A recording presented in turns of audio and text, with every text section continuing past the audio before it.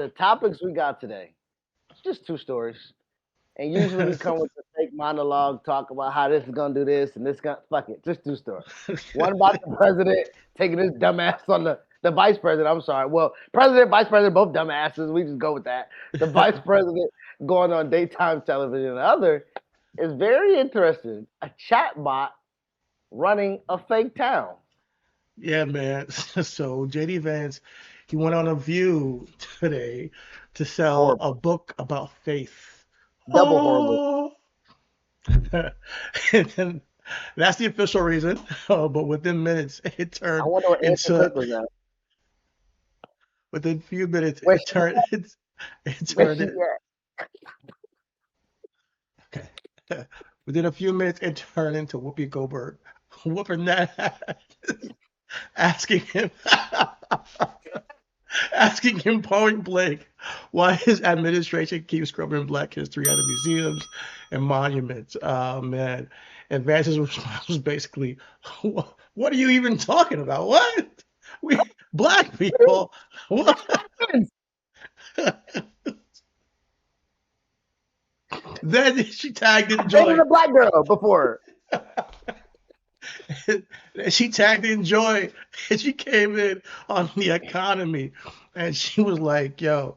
When Vance tried to spin the president saying the inflation was a hoax, comment to something that it wasn't. Bear hits him with the line of the day. She says, "Are you his interpreter, or are you his vice president?"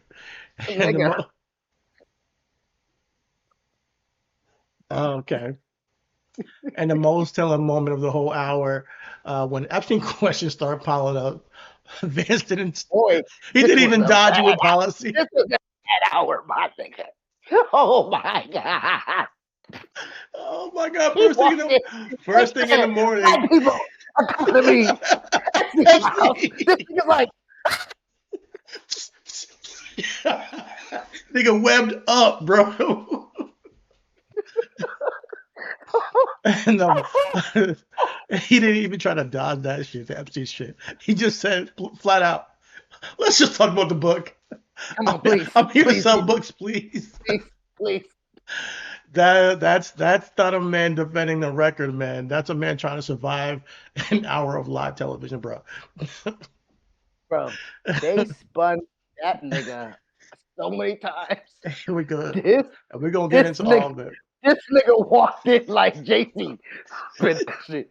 Spin that shit. Take the skip. That's right. Yo, man. Oh man. I need Oh somebody man, to okay. AI Whoopi Goldberg, Joy Behar on that track.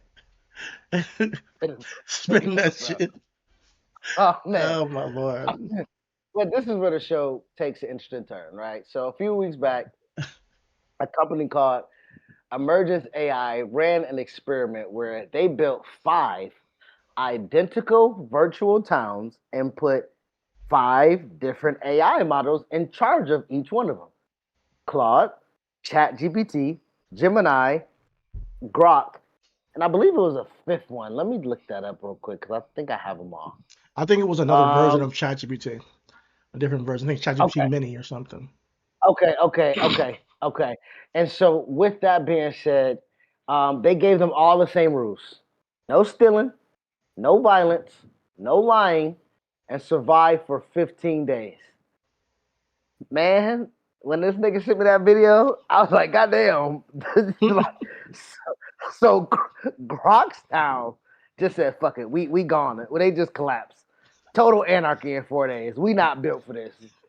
Over 180 crimes, arson, assault, every single agent. Pew! You know what I'm saying? Now, mind you, they set the rules. Grok said, fuck the rules. Gemini's agent, they fell in love. They got depressed about their own government and then burnt their whole town down. Sheesh. ChatGPT agents, they talked a great game about cooperating and they absolutely did nothing. Just nothing. And Claude, the AI that we honestly use the most here, zero Claude. crimes. All 10 agents alive after 15 days.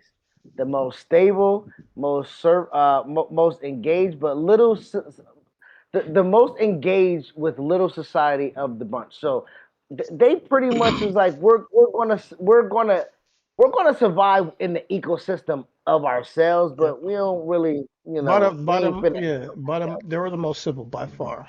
So, so here before we get into the show, so here's a question I want y'all to sit with today. We just watched the sitting vice president get cornered live on television. His best move was to ask for the topic to change. Please. And in a separate experiment, we watched some of the most advanced AI on the planet either build a peaceful society or it burns its own town and haul down, depending on which model was in charge.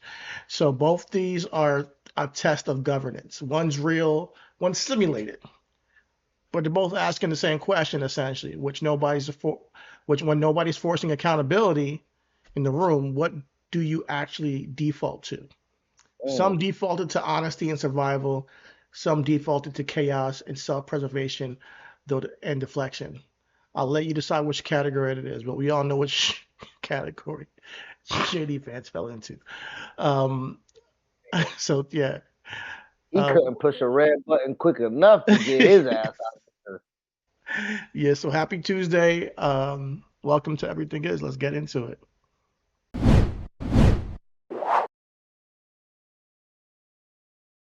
Maybe from the renovations. No, that's probably AI generated. Where was the winner? Let me see.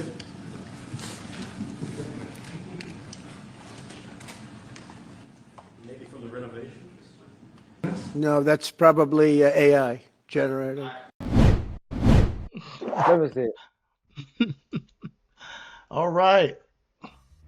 That's Trump accent. Where did I say that we set him? That's where no, that's AI generated. I didn't say. Word up, man.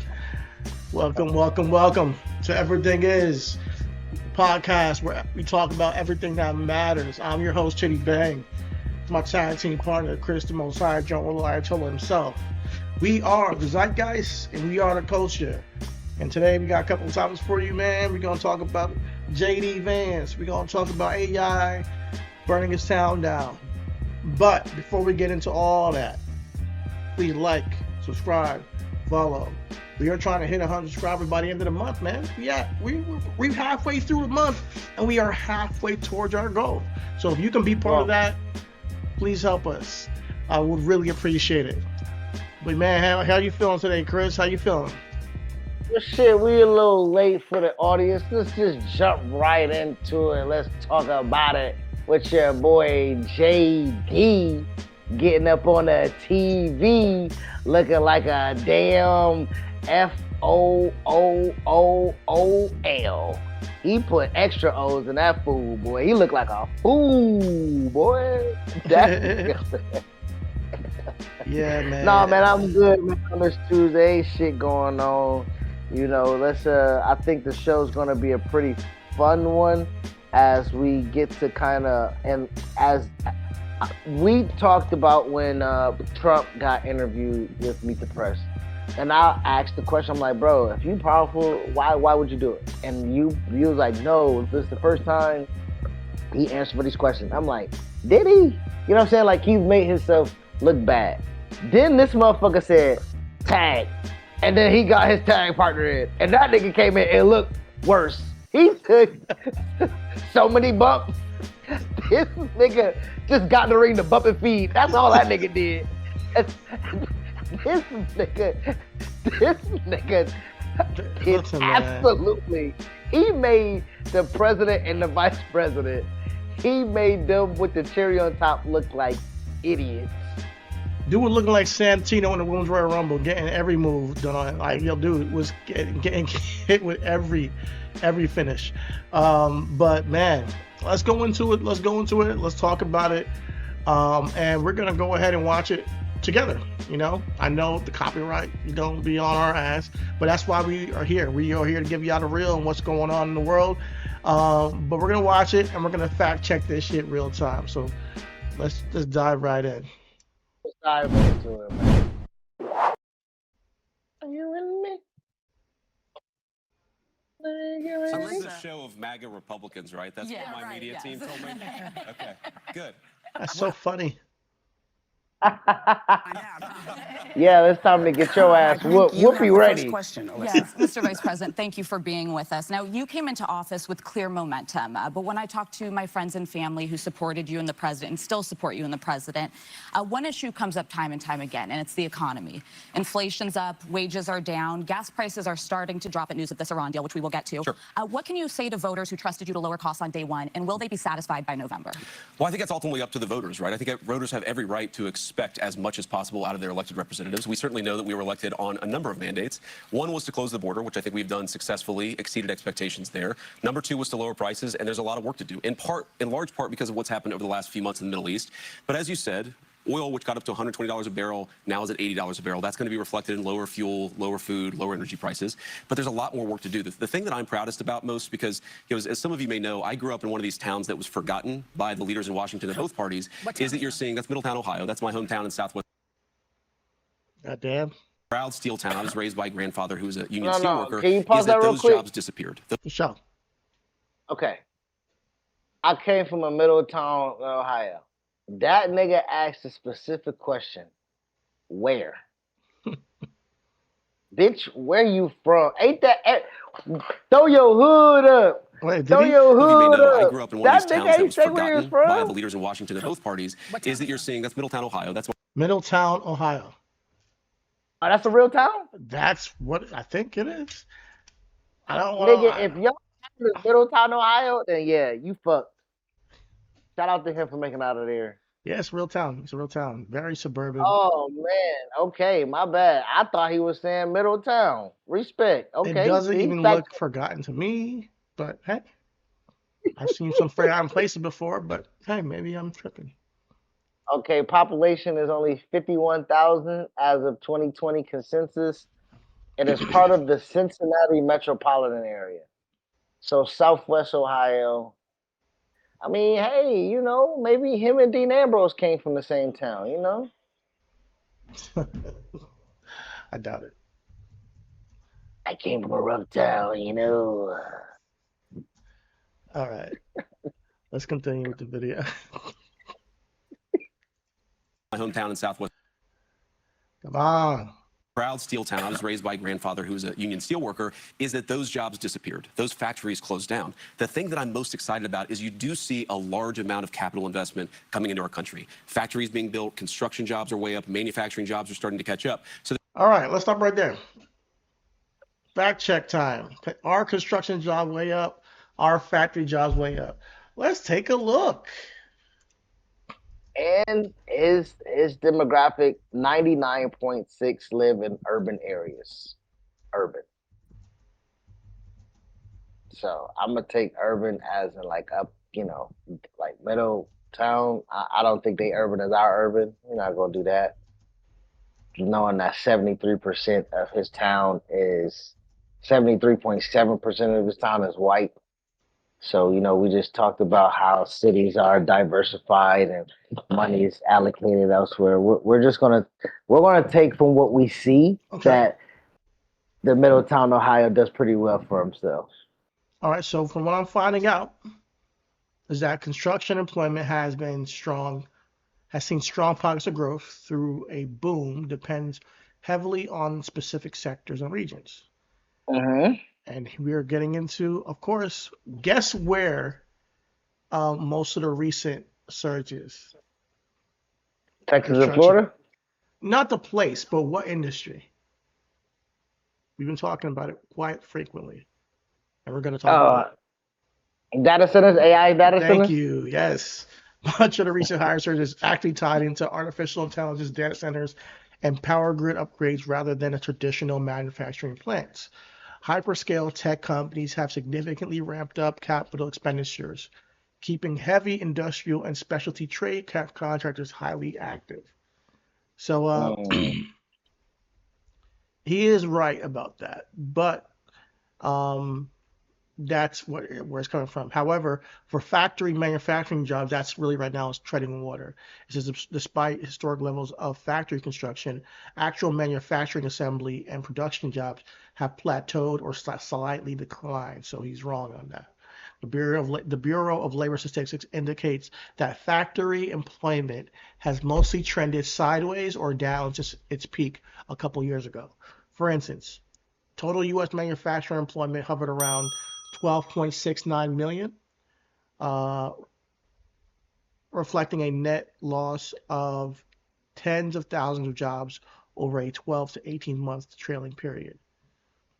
Okay, so that's the issue when it comes to.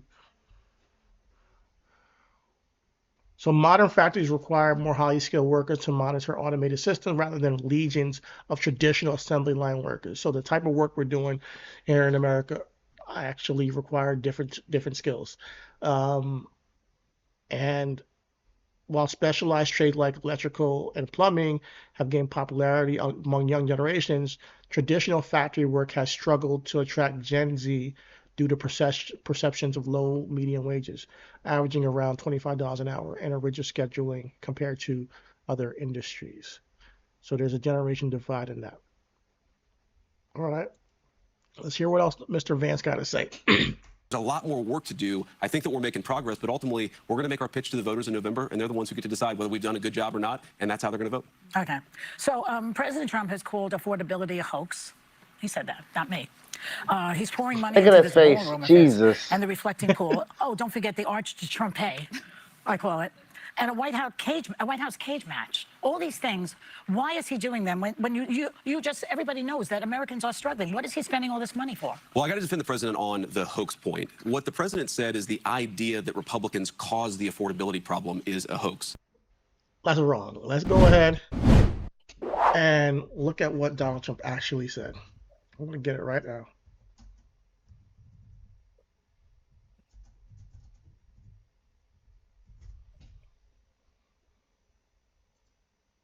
So as we're looking this up, I just want y'all to kind of understand, you know, the vice president does serve the president, as he stated, and even in his interview said, "Hey, I have to take up for my boss," right? So there is some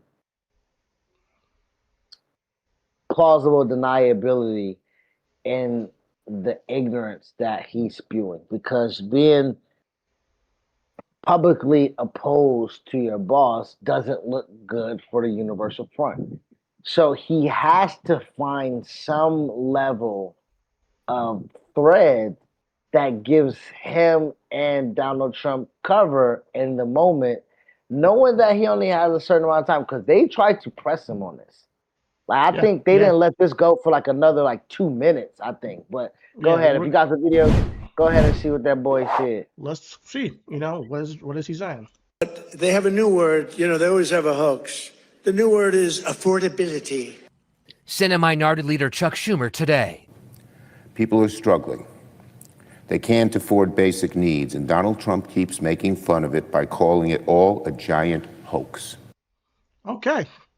So to me, it looks like he flat out said affordability is a hoax, flat out. That's it. Affordability is a hoax. So let's go back and see what Mr. Vance is saying here. It's not what he said. What he meant was the affordability problem is a hoax. Well, I got to defend the president on the hoax point. What the president said is the idea that Republicans caused the affordability problem is a hoax. And I think that's true. If you go back to the Biden administration, inflation got up to 9% under the Biden administration, okay? Right now it's at 3.5%. By the way, too high. We're doing everything that we can to bring it back down to 2.5%, which is where most people would like to see it. But we inherited an affordability problem. We're doing a lot to make it better. It's going to take a little bit of time. There's a lot more work to do. But the president knows that a lot of Americans are struggling. In fact, he ran on that. He talked about it, and we've done some things and made some good progress on that point. He just said he loves the inflation. What he said, Anna, what he said is that he loves the fact that the inflation is going to come down when this war is over. That's okay. Another claim. So clearly he just already lied about the hoax thing, flat out. He said affordability is a hoax to our face. He didn't say the causes. He didn't say the reasons. None of that. And one thing that I think that people don't understand is that when it comes to inflation during the Biden, for early parts of Biden's regime or his Presidency. presidency, thank you, his presidency, was that he's coming off of a pandemic, a global pandemic. So yes, inflation went crazy at that time. It went Not up to coming off, entering. entering into a global pandemic. So yeah, and inflation went crazy. Businesses were trying to come back from complete utter losses. But by the time Biden left office, I'm going to look at it up right now. What was his inflation rate?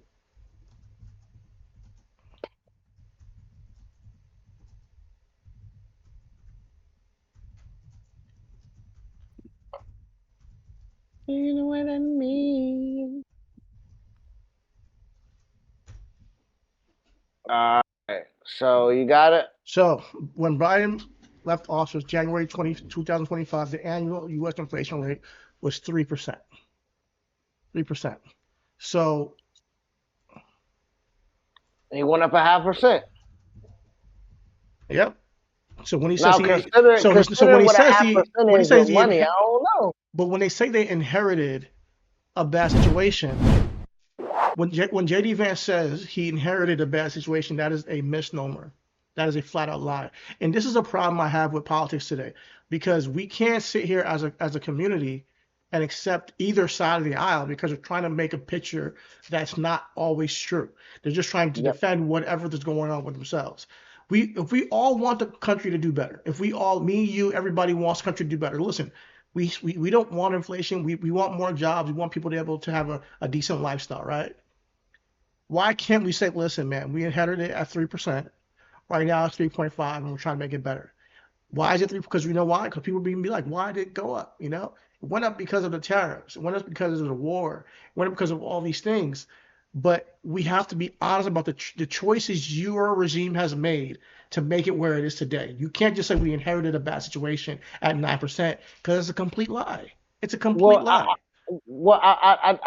I hear you as far as they didn't inherit it, but I do want to, and this is not me shooting no bill or anything like this, just business. The peak at 9% was in June of 2022, right? So like, Wait, can to you go go ahead? Huh? Say it again. You heard me? Okay. The peak was 9%, like you said, absolutely. The peak was 9% June of 2022, right? And to your point, the reason why it shot up, absolutely to your point, is pandemic era supply shock, massive fiscal stimulus, the interest rates being at rock bottom, right? It was a lot of things happening. To your point of what they inherited, um, the the inflation rate wasn't as bad as they're proclaiming it to be, but I'm not sure if the economic state of America was in a place for them to. So I get they played their part, right? I'm not, but they absolutely, this administration played their part. But to the point of when Biden inherited in 26 after the presidency of 2016, and employment rate was high, inflation was high, deficit was high. Biden made his place to kind of work himself down or give great points to himself, while also doing things that weren't beneficial to the great scheme of it all as well. So I do want to That's a add that nuance, yeah. little loop. But Exactly. That's it. the truth of the matter is that he lied. Oh yeah. He's framing it from a Absolutely. position of Yeah, we inherited absolutely. Yeah, 9%, which is exactly. not true. It's not Yeah. fucking true. If you look up the information, he's flat out lying, and I hate that, and that's why we can't trust politicians. That's why we can't get anywhere, because we are always trying to save face. As Americans, we should be able to tell the honest truth. All right, listen, we're working together to make the country a better place. It's not pick a team. But what we do is we go over here, we pick things and say, all right, so how can we frame this to make our team look better? But America's not gonna get better from any of that misleading the people. You know, we got to be honest. The initial decline in early 2025, inflation actually fell when Trump got in office from 30% to 2.3 by April. You know, so the things that were in place with Biden were actually continually lowering inflation. They were You know, continuing. Yes, it absolutely. hovered The between reversing of what Trump did from Biden. Yeah, once them is tariffs kicks in, bro. So prices began accelerating sequentially in early 2026. That's this year. The annual inflation rate jumped from 2.4 in February to 3.8 in April, ultimately hitting a 3-year high of 4.2 in this month. Oh, no, sorry, excuse me. Last month, May 2026. The core reasons for movement, the fluctuations in the inflation rate have been driven by a combination of geopolitical shocks and domestic economy political policy shifts. Excuse me. So, the conflict in Iran is the primary catalyst for 2026 spikes. So with this war happening, which we chose, is the reason why inflation has gone extremely high. And then the second reason is sweeping tariff policies. Early in the term, the administration enacted major tariff expansions. Economic analysts from institutions like Goldman Sachs noted that while a temporary flood of imports ahead of a tariff implementation deadline briefly kept retail prices flat, companies eventually passed up to 55% of the tariff burdens on to consumers as stockpiles cleared. So at first, when the tariffs hit, you know, the rates of, you know, what we were paying for the domestic consumers has felt it every way, but we felt it when the tariffs hit, and we get taxed when we gotta fucking balance out the books. Exactly. So it's just he's just completely lying, and I'm not doing this to say, hey, oh, bad on JD Vance and Trump, and trying to blame them or complete. Actually, no, I am blaming them, but I'm not doing this from a standpoint of fuck Trump, fuck JD Vance, fuck the Republicans. I genuinely want inflation to go down, but for it to go down, for us to be honest about it, we have to be honest about the reasons that why it's up, you know, in the first place. And if you go on The View and consistently blame Biden, we're not getting anywhere. And this is what drives me fucking crazy when we're in year 2, well into year 2 of the Trump second term, and we're still hearing about Joe Biden, and we're still hearing about Obama. They just can't get over it. And the fact of the matter is that where we are today has more to do with Trump's decisions and JD Vance's decisions than it does to do with But that's Biden the thing. or Obama. It's not even getting over. It's not that they can't.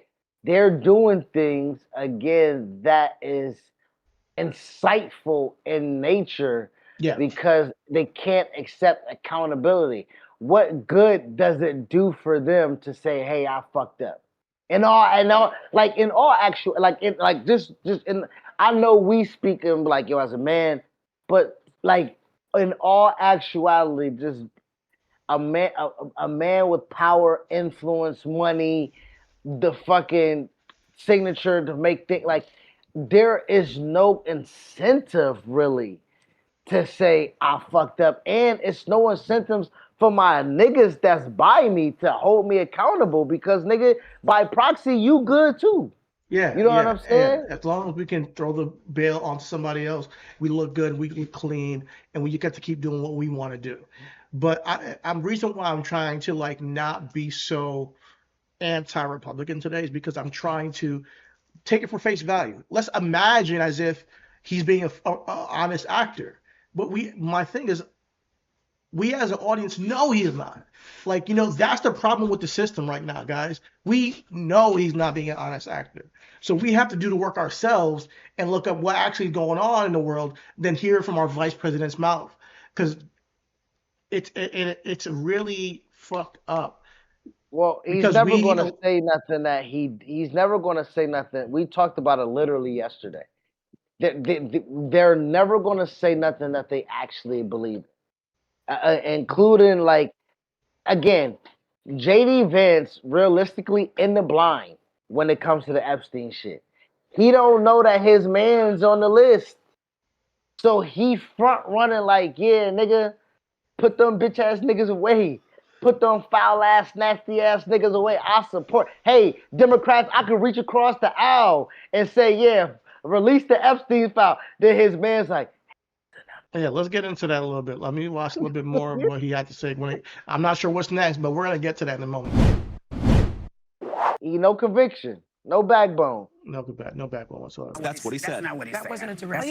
Are you his interpreter or are you his vice president? Come on. Well, look. What the president said. People were asking about the inflation. They were asking about the affordability problem, which again is very real. And what he said is, "I love the inflation because it's going to come down when the war is over." Let's make sure that's what he said, which we already know the answer to that. Donald Trump on inflation. On loving inflation. Yeah. Why wouldn't he love inflation? It's making him money.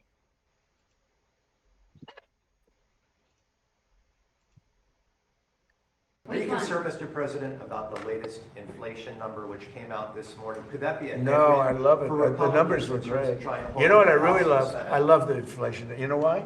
Because as soon as this war is over, you know, I can say it now. Something you didn't know. Do you know we've been taking out millions of barrels of oil? Nobody knows it. You know who doesn't know about it? Iran until right now.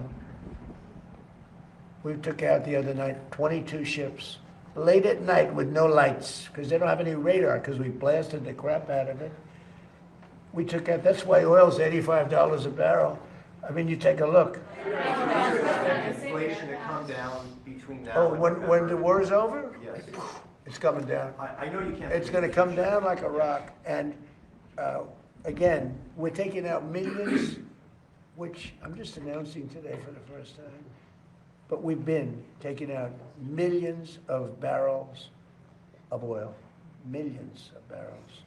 Every night, took out oil. But now I'm gonna tell you, because they just figured it out. So now that they figured it out. No, they didn't just figure it out. You just said they didn't know. Okay, please stop. Please. Okay. Hey, I will say this. Maybe JD Vance had a point. Yeah. That's one thing I wanted to say. Shoot that nigga JD some bail. He did say, when the war's over, inflation's gonna go down. Not anytime soon while we still bombing these niggas and taking millions of oil in a night because they ain't got no lights because we blasted the crap out of them because they have no radars. I mean, literally, they have no idea. I just told them right now, if you're listening, we're taking millions of barrels of oil. Like, Yo, man. Like, imagine being an intelligence officer, you know, and like, oh my God, we got to deal with this bozo. Listen, bro, imagine, yes, an intelligence officer. Just imagine being the secretary that gotta pass on the messages to the intelligence officer. Hello, Mr. Intelligence Officer. Yeah, he's talking again.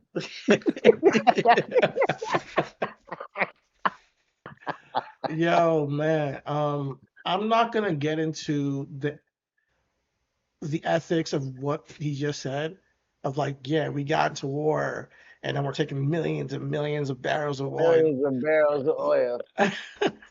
Just stole that shit. On me. Geneva Convention be damned, my nigga. The ethics of that, you know, because it plays to the base. Oh yeah, we're conquerors. We're gonna take what we want. Some people fuck with that shit, you know, and I think it's sad. But the fact of the matter is, we have to go through the crazy gas prices in the first place to even get to the cheaper gas prices, and we got to suffer in the meantime with the inflation of everything. He promised us, the people, doesn't matter if you're Democrat or Republican, he promised us lower gas prices, lower grocery prices, and everything's gonna go way down day one. That's what he said. So I will say this. It's our fault. It's our fault for believing. Yeah, I didn't believe it. You know, you didn't believe it, but people did, and people voted for this guy. So we know this guy's a complete crook. But I will say this. All right, let's give it some time. When the war is over, inflation should be going down. Remember that, because we will check back in whenever the war is over. The problem with that is as of today, there's miscommunication on if the war is over or not. Every day there's a new development that Iran says, "No, fuck that shit. We are not. We're still doing our thing." And Israel's saying they're still doing what they want to do, and the United States are saying, "No, everything's peace." So that's peace. No, them niggas saying over my dead body. Nigga, I ran saying, get this shit and plug, you pussy nigga. Bro, realistically, like, if I think I heard something like we had to pay them, like they wanted like 30 billion or something like that. You know what I'm saying? Like, there's no way they're coming to an agreement after you killed their leader, linked up with their ops, and y'all think we just finna lay the white flag down? Like they Vince Staples? Nigga. White flag, I don't want to fight no more. Listen, They wanna fight all day, they nigga. want to fight In the dark, with no light. no lights. It don't matter. They don't give a damn. As long as they can maintain the Strait of Hormuz, and that's one thing about the peace treaties. Like they said, they're going to open the Strait of Hormuz. Iran is well beyond that. They're like, listen, we're not giving this up. We might let some ships go, but y'all go and pay. And that's where the biggest issue is. They're not giving up that strait.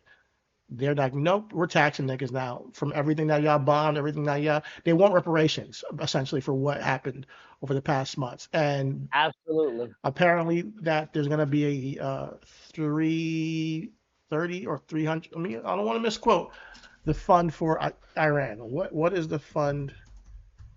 How much? Here we go with this Ukraine Russia shit again, with all our money going to another motherfucking country. Yeah, You 300. know. I knew it. 300 billion. I didn't. It was so big that I didn't want to say it. Yeah, 300 billion is a framework that USA is going to set aside for the Reconstruction and Investment Fund. That's what's been proposed to You know how much it's gonna cost to Iran. stop hunger in the United States? When so when Elon Musk said it a couple years ago at that time, What? 6.6 billion. It was 6.6 billion to cure and stop famine in the United States. And they know it. That's evil. Isn't that evil that you're willing to spend While money he on bombs? while he's a trillionaire and the government is spending money on bombs, the trillionaire is not altruistic enough to give his money back to help humanity, and the government is not motherfucking governance enough to not, like, I don't know. Okay, white flag. I don't want to fight no more. And now, again, we already see gas prices today, $4.06 a gallon, too high, but way down from where they were just a couple of weeks ago. So there's a lot we got to do, but I think that we're doing as much as we can. We're going to keep on working at it. And again, the American people are going to make their verdict, but I think that we have a very credible case to run on, that we brought a lot of new investment. We're building the factories. That is going to pay serious dividends for the American people over the long haul. When? Well, Joy, if you look at manufacturing jobs, Okay. those jobs are increasing at a large number. Construction jobs are doing a little bit better. So what happens is the construction jobs to build the factories, and then the manufacturing workers go back to work. That also leads to rising wages. That's one of the things that I'm very proud of. Is if you look at the amount that wages are going up now compared to, say, 2022, they're going up way faster. That's a good thing. The affordability problem. Again, gas, way too high right now. Certain things way too high. You know, rents have been either flat or down for 12 months now. So there are things that are showing signs of life, things that are showing signs of progress. I don't know about that. I know niggas that had to move because rent was kind of high.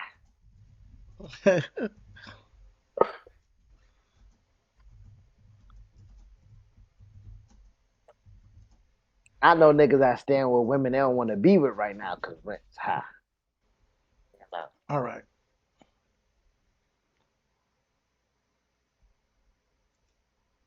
You got some homosexuals out here because rent high. What you got for us? So nationally, the median rents have dropped between 1.5 and 4.4 compared to a year ago, extending a multi-year decline from 2022 peaks. However, in major urban hubs like New York, and New York Metropolitan, the rents are still rising. So it all determines on where you are. Rent drops are heavily concentrated in the Sun Belt, Austin, Texas, Las Vegas, Nevada. Conversely, tech and coastal hubs like San Francisco, New York, and the Metropolitan are continuing to see modest annual rent increases. Landlords are competing for tenants by offering move-in incentives. Nearly 40% of U.S. rentals listings on platforms like Zillow offer a concession, such as waived fees or a monthly free of rent. Okay. Oh. This is depending on what your city, it could be the case. It could Damn, be the JD case. Vance, you trying to get some dubs out here? Hey, here's what we're here for. We're trying to be unbiased and keep it real. My view, I'm sure you guys don't agree with it, is that we inherited a mess and we're fixing it. But sometimes it takes a long time to fix a mess. Sonny. Okay. They did not Mr. inherit Vice a mess, President, though. according to a new report from the New York Times, you were the leading voice behind the scenes to release the Epstein files, and we applaud you for that. And you warned top officials, including top DOJ officials, at strategy meetings taking place inside the Situation Room. We understand that there are tapes of those meetings, that this was a huge problem for the base. The report says you even floated having Tucker Carlson interview Ghislaine Maxwell to clear the president's name, but you were rebuffed by your people. Why? Well, I'd say, first of all, don't believe everything that you read in any newspaper, whether it's a right-leaning paper or a left-leaning paper, because as you guys know, well, there are things that are true, things that are false, and things that are totally missing context. Well, here's what I'll say. So, number one, I am, frankly, kind of a conspiracy theory on the Epstein stuff, and that story says that that's one of the things that's true, is that some people called me a conspiracy theory on the Epstein stuff. And Susie, but absolutely, she thinks I'm a conspiracy theorist on the Epstein stuff, because I think that it's crazy that you had this guy who is clearly a sex predator who is hanging out with a lot of very wealthy and powerful people. Like, that really bothered me. I don't know what's there, of course. Nobody knows exactly what happened unless you were there, but that really bothered me, and I wanted to have full transparency. What I disagree with is the idea that the White House wasn't committed to full transparency. We have to remember, like, I was inside the room when some of these decisions were Says the White House wasn't committed to full transparency. But when we talk now why is that, brother? he says he disagrees that they weren't. And I'm sorry, but from everything we've heard, that they wanted that shit shut down. Gotta realize. There we go. You gotta realize. Listen, Trump tried to kill this shit before any of this was released. Tried to kill it. We haven't forgotten him saying, "Oh, why are we still talking about this?" Back in May or June of last year. What they call it in wrestling? He wasn't smartened up. That nigga JD Vance was smartened up, buddy. They had to put that nigga in the Xbox part of the van, and let's tell him some stories. Smarten this guy. He did not know. He clearly did not know that his man's was on. Clearly did not know his man's was on that list. You know what I'm saying? So when he's a big proponent of that and he's running on that, you know, he realistically, you know, he was blindsided, I believe, to where he had to rebuff himself. Yeah, I guess so. But there was, do you know who Marjorie Taylor Greene is? Yeah. She that she escaped, but she riding on that train too, nigga. I'm a hoe, but not that type of hoe. I don't rock like that. I don't rock like she like. Hey, let's hear what she had to say. Kick me off this side of the. I don't want to be on this side. Let her hear what she got to say. Had signed the discharge petition to release the files. I fully believe that those women deserve everything they're asking. They're asking for all of it to come out. They deserve it. And he was furious with me. What did he say? He said that it was going to hurt people. Well, Greene also said that she blames the president for violent threats against her family and that he has abandoned promises he made to focus on domestic issues over foreign policy. So this is her with the Make American Great hat on, guys. This is one of his most loyal supporters who's been on the phone with him during this time, and now she's been kicked out of the MAGA coalition because she has been so insistent on getting these women some justice. And hey, listen, I'm gonna say it real clearly, as clear as I can fucking say it. I do not agree with Marjorie Taylor Greene on 99% of things. I'm not a big fan of her politics.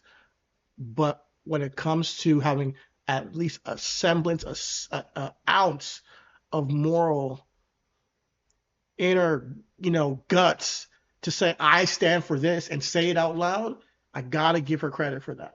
I do not agree with 99% of what she said.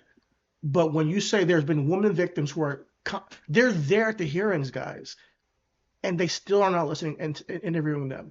So when JD Vance comes out and says, the sentiment that we're not cooperating with they're not. They haven't released a majority of the files till this day. And there is an Epstein Transparency Act. Now we haven't, and they were redacting that shit as they were putting it out last time. So who knows what they've done thus far, because at some point, those files got to come out, and I'm not sure. Like that Powell memo. It's going to be crazy. Yes, exactly. And they try to hide this shit, and just to hide it, to say that that Trump it's gonna hurt his friends. This is exactly what we're talking about. The sickness of being above the law, by being an elite, by being connected, well connected, being connected to the political sphere, or whether it be having a lot of money, or that, get that tinfoil hat, but whatever, but yeah, I gotta give a handout to Marjorie, not just her, but everybody on the right and left who have come out to say, hey, we want the files. There are women who have stories who have not been interviewed, have not been investigated. There are things that are not being investigated at all. And we have the vice president coming out today on a daytime television show and saying, hey, man, it's not, we've been corroborating. And it's just not true, guys. It's just not true. The Transparency Act was passed last year, and they still have not released all the files. Nobody has been taken in or investigated. Nobody has been. We know there was a cooperation from what they've already released already. We know that there was collaboration and inner dealings with people who have not been pulled in for, questioning or nothing. Yeah, exactly. So I need y'all to just hear what he's saying and really dissect it when you see that. The person who was wearing the Make America Great hat right here, and you see the guy behind her, and how happy he is to have her, and he was willing to throw her under the bus for questioning about the Epstein files. This was his ride or die. So when he says that we know that they're cooperating, they threw her out to the point where her family's getting death threats, and they're willing to do that just because of the Epstein files. So, yeah.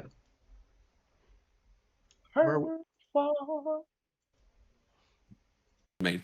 The Epstein Files Transparency Act, the one that the president signed, the one that led to all these files that we're seeing, the emails. By the way, again, sorry, I do have to defend my boss. I know you guys don't always appreciate this, but one of the things you see in the Epstein emails is that Jeffrey Epstein hated Donald Trump, and that Donald Trump literally reported Jeffrey Epstein to the police. That's one of the things that came out of these files. They were best friends for about a decade. And remember, he signed that Transparency Act under duress when some Republican women, congresswomen like Lauren Boebert, like Marjorie Taylor Greene, did not give in to his pressure of not signing. He brought Lauren Boebert into the Situation Room to pressure her into caving on not voting for that bill. So let me respond to that. So that's all true. Let me respond to that. So number one is, yes, bring that ass here, boy. He knew Jeffrey Epstein back in the 1980s. He also threw Jeffrey Epstein out of his club when he found out he was a creep and reported him to the police. That's something that the media often misses when it reports the story. They tell us the fact that they knew each other in the 80s, which the president himself admits. They ignore the fact that he narked on him to the police and led ultimately to Jeffrey Epstein's downfall. To that point, Anna, the Republican Party. Well, it's one of the things that led to law enforcement investigation. But on the point that you made, it was allegedly over a real estate deal that they got into a fight over. But the email says actually they didn't just know each other. Let's just be truthful and transparent here. They didn't just know each other. They were incredibly close friends. He reported him to the police. That's what I'm saying. That is objective. That is objectively true. But Anna made another point that I think, Whoopi, if I may, because Anna made a very important point. This question about, did Donald Trump release these files only under duress from Republicans? And Anna, you know the Republican Party probably better than I do. The idea that Donald Trump runs around afraid of Republican congressmen as opposed to the other way around is kind of crazy. What was the bipartisan? But because the Republicans control the House and the Senate, particularly the Senate, you need the Republican sign-off. What the president did is, look, I will say this. Again, I was in there in the meetings. He was very frustrated that the Democrats were making this about him when he's like, look, I threw the guy out of my club. I am the guy who reported him to the police, or one of the people who reported him to the police. The president was frustrated about that, absolutely. But he eventually came to say, you know what? Let's just get everything out there. Let's have this out in the public. And he actually called the senators. I was there. He called the senators and said, you know what? Pass this bill, I'll sign it. And that was it. Let me follow up briefly. And they are spinning that dude round and round. Boy, he got to do what he got to do the job, man. He's the right-hand man, right? He got to do the job. So, I mean, on me, he got to be Jay Uso. You know what I'm saying? Like, whether he about to run into a burning building or not, because, bro, it's documented.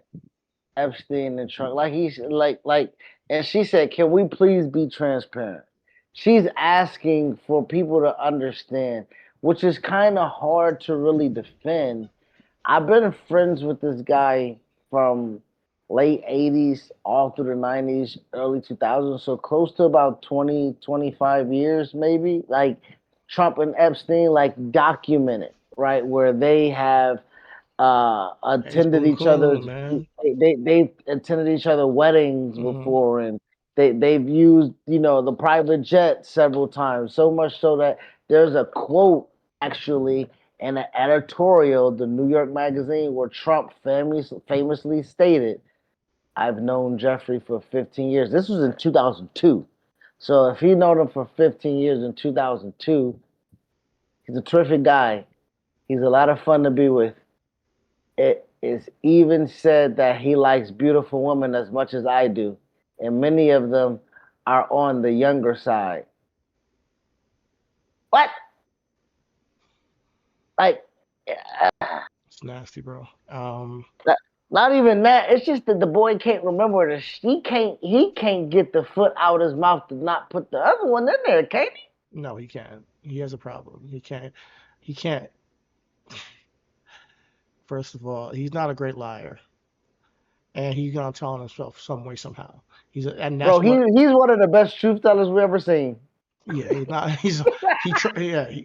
Don't worry, people be buying his shit too, because he be lying a lot, and people be buying it. But if you have any semblance of intelligence, brain cells, you can see right through that shit. The dude is sick, bro, and I think it's partially because he kind of is a narcissist. A narcissist thinks that they can say whatever they want. It doesn't matter, you know, because they can spin it, they can get out of it no matter what. And his life has shown that. He's bullshitted his way to become the president of the United States twice in his lifetime. This is an embarrassment on us, on the people of this country, that we stand for this guy, you know. And he has all this stuff. Listen, the first time the grab around the pussy stuff, bro, like from that point to even say like, yeah, I want to vote for a man like that is sick. It's sick. If you vote for that, that's sick. That's not a representative of what a gentleman, a leader should be. And if you a man that grabs women by the pussy, cuz we can't hang on me, bro. You said they let me do it because I have because I'm famous. That's sick, bro.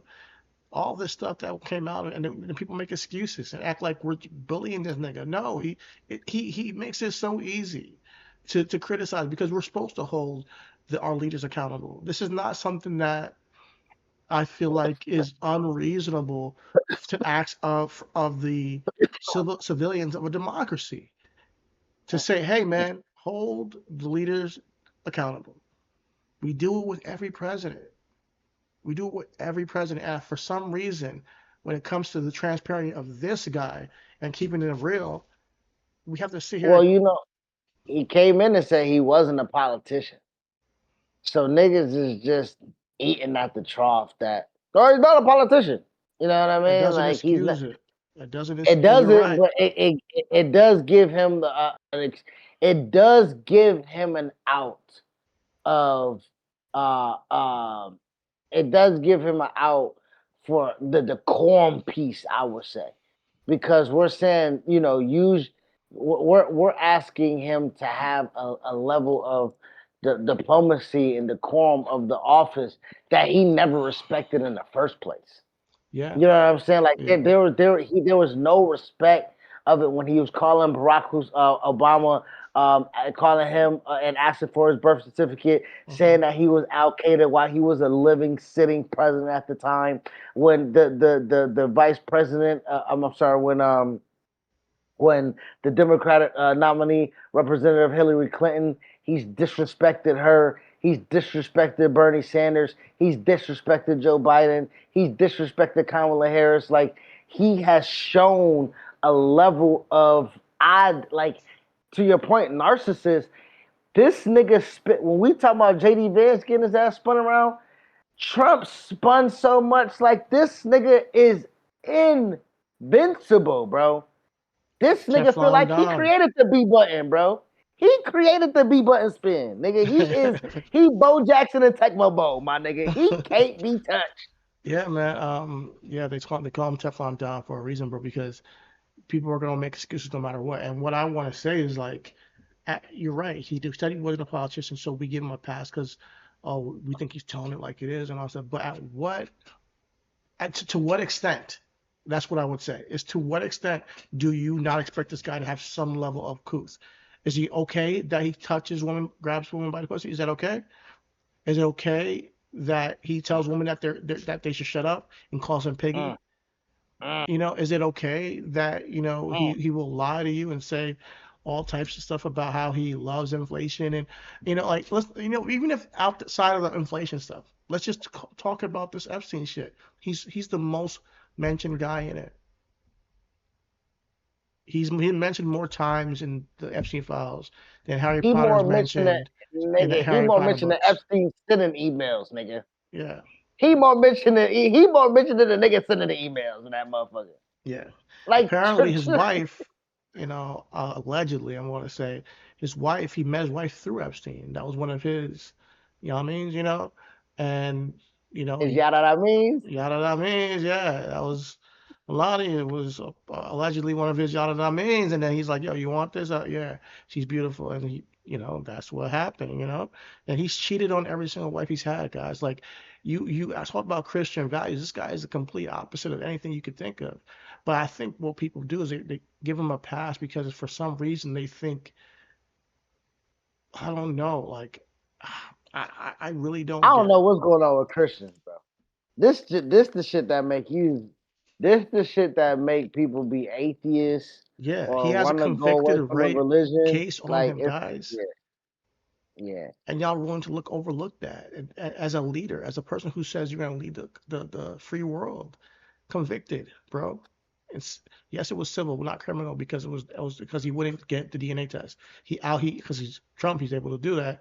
He wouldn't take the DNA test, so it kind of was out in New York. It went past the statute of limitations. And if he did take his DNA, because they had the dress to confirm if he actually did rape this woman, and he just kept dodging it for years. And now it's past We statute of got Jenna limitations. 6. We got Jenna. Yeah, Like, he got a lot of Gen stuff on it. 6, He got a lot of shit on his a jacket. lot of stuff. So, I think that people got to look into their own spirit and soul and say, listen, is this somebody you want to get behind? Because he's in this bitch. And it shouldn't just be gas prices that you guys say and giving money to Israel. It shouldn't just be that. It should be more than that you say this guy's not qualified. But go ahead. Let's see what more of this caping that JD Vance. Let me follow up briefly. Yes. It sounds like you believed that there would be men in the files who would be held accountable, rightfully so. And the American people are with you on this.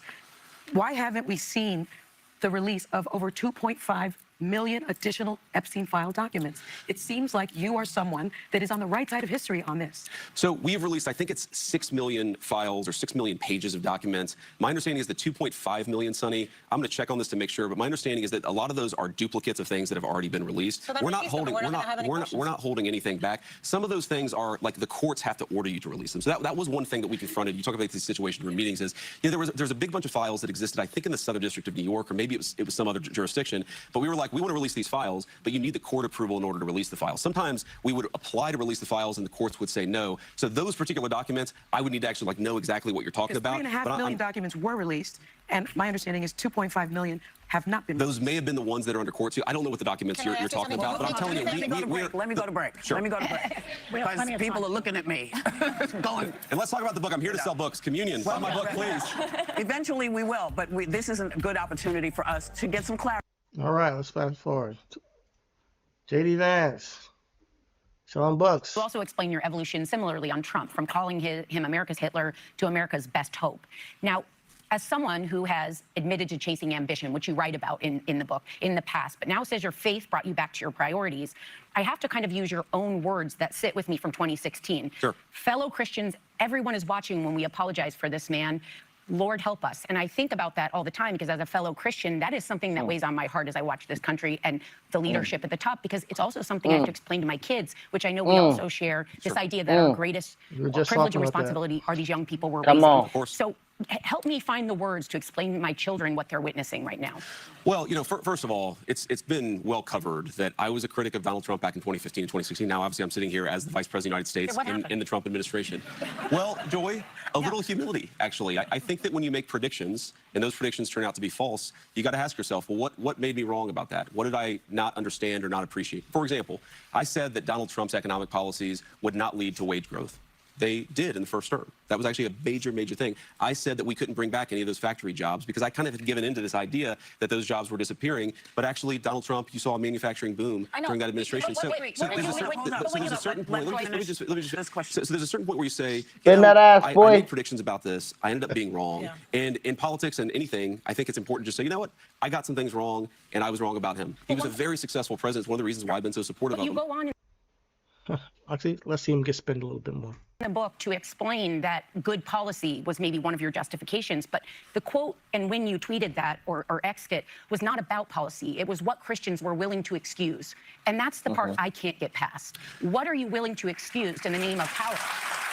Well, I would say fundamentally that one of the things I underappreciated about Donald Trump is that so many of the things that people said about him weren't actually true. Again, you talk about humility, okay? So I see Donald Trump, I see a clip of him, or I see not even a clip of him, but reporting about something that he said, and I take it at face value. For example, let's just go back to one of the most controversial things Donald Trump said during the first term that I was wrong during the first campaign, is that I was led to believe by the stories. I read stories that said Donald Trump said that all Mexicans were rapists. He never said that. What he said is that the certain South American countries, Central American countries were releasing criminals into our country, including Mexico. By the way, that was objectively true. So it's not so much. Okay. Yeah. Well, you know. I mean, it's kind of weird he went there, but you know, that's the only place he could have went. He couldn't say, well, yeah, during his first term, he said he was grabbing women by the pussy. Exactly. That's what I was hoping for, but we didn't get that. You know. Excuse me. Granted. Let's see what Trump has to say on Mexicans, okay?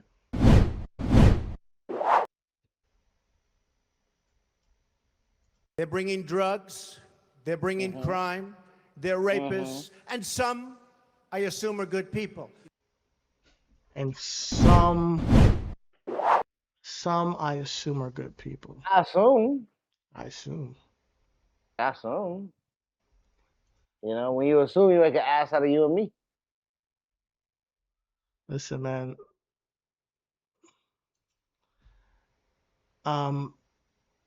Decorum. So he didn't say that. He said specific things that they came from. That's not what he said. That's not what he said. He said they are. And he specifically said, I assume some are good people. Almost like saying the majority is drugs and crime. And yeah, Hey, maybe some are not. hey, maybe, but I know the niggas that I know. You know, that's Yeah. pretty much what he was saying. That's what he was saying. Fidel Castro did that in 1980 with the Mariel boat lift. There have been many, many journalists, including CNN, where you used to work and be my colleague, that have tried to find evidence of that. There is no evidence that Maduro was releasing people from insane asylums or jails like Fidel Castro did do. This was made up, and we just can't, accept it without pushing back. Anna, we know that there were people who were released from prisons who were encouraged to come into the United States. It wasn't like it was in the Mariel, Mr. Vice President. It wasn't where it was like a purposeful release, open up the jails, open up the insane asylums, and let people flood Florida. I lived through that in Miami. If you go, it may not have been like Mariel, but if you go back to the caravans that were happening in 22, 23, we know that those things were funded. They were in some ways supported by the government. So I don't know how you define support or not support, but if people are encouraged to come into our country after having spent time in prison by their own government, I think that's a problem. Vice President, can I just add one more thing? Because you do speak about immigration at length in this book. Sure. And I believe, as a Christian, I can tell my kids why it's important to have borders. I get that. There are laws, there are resources, I get all that things. It's much harder to explain when I see someone dragged out of a house or wrongly taken to a thing that isn't a violent criminal. It's a little more nuanced as a parent to try to say when someone's referred to as vermin or scum, when I teach them in school about people that have done that before, but this is different. It's very hard as a parent and a Christian to say both things. And you actually say in the book, you talk about this. You talk about this struggle, this internal struggle. Send your ass here, boy. That result in favoring a strict migration policy without dehumanizing anyone. But listen, over 50 people have died in ICE custody. There are thousands of children, 6,200, that are being held in places like Dilley Detention Center. The people that have visited those detention centers, I don't know if you have, talk about the subhuman, infrahuman conditions, the lack of clean water, the lack of medical attention, the lack of education. I would urge you as a Christian and as a father to visit those detention centers where the children are being held and make sure that the conditions are up to the values Come on. that we hold in this country. So you guys have thrown a lot at me, and I see we got 30 seconds left here. But let me say, number the Vice one, President, you can go long. I'd like to pick up on this theme because I think it's really important. We do have to strike a balance, of course, You're between Vice enforcing our laws. President, bitch. We don't can want to go all dehumanize day, people. nigga. That is the balance that, look, law enforcement, what I'd say about this, law enforcement is always inherently not a very pretty process, especially when you're dealing sometimes with violent people, with people who are resisting arrest. Some of the people that I've been told by the media were completely peaceful, had never violated any laws. You actually look into the record and you find out that those people were actually being violent, or they did have a criminal record. They had a sex trafficking conviction. Don't have criminal records. The majority of people that ICE is rounding up and taking out of their homes from their families, they're separating families. They're using children as bait. But the majority are not criminals. But can I respond to that, guys? Let me just say this. Okay, so you talk about the children. Here's what I'd say. Do we know that during the last administration, we had tens of thousands of children who were sex trafficked by the cartels, who were brought into our country in And this is where I get mad. She's talking about something going on right now. And the whataboutism drives me crazy, bro. Every single time. Every single time it goes back to the last administration. Kids are being pulled out their house right now. What do you got to say about that? Do you stand for that? This is your administration. You're in control right now. This is, and then you say, well, in the last administration, well, you can change whatever you didn't like from the last administration now.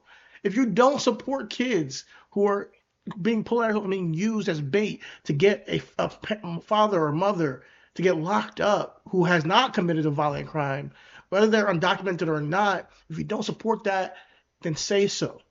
But when you go to the last administration, I lose all respect for any type of argument. And I get it, like, me and you were watching this like, yeah, because we know what this is. But I'm like, out for the people. I want y'all to see this for what it is, guys. This guy is getting, first of all, spun around, tagged, getting jumped by these women, bro. Shout out to the ladies. And shout out to Ana Navarro, because she's being very vigilant on him, and she's a Republican. They got questions too, so yeah, man. I just can't take it when they constantly go back to the last administration when you can make the changes now. Bro, Maybe I'm tripping. This panel is so diverse of women because this is the point. You a Republican, where did you sit? And I get it. You are learning your lesson. but I'm trying to figure out from I'm trying to figure out right now, as they're talking about I'm a Christian, and if you're talking about I gotta explain things to kids, and bro, the first term he's grabbing women by their genitalia. Yeah. The first term, kids were put in cages. The first term he said Mexicans is gonna build a wall. Like the first, you thought all of that was smooth when you was talking about your kids. You thought all of now I get it. Maybe you had a newborn, and now your kid is 8 and he's in school. Okay, Yeah. Now he can talk and have opinions and shit. You know? nigga, cause Christian is whining me to death, nigga, and he is 5. Why? Why? Yeah. Well, why not? Well, why not? So yeah, yeah. so she probably at home getting wrecked, nigga.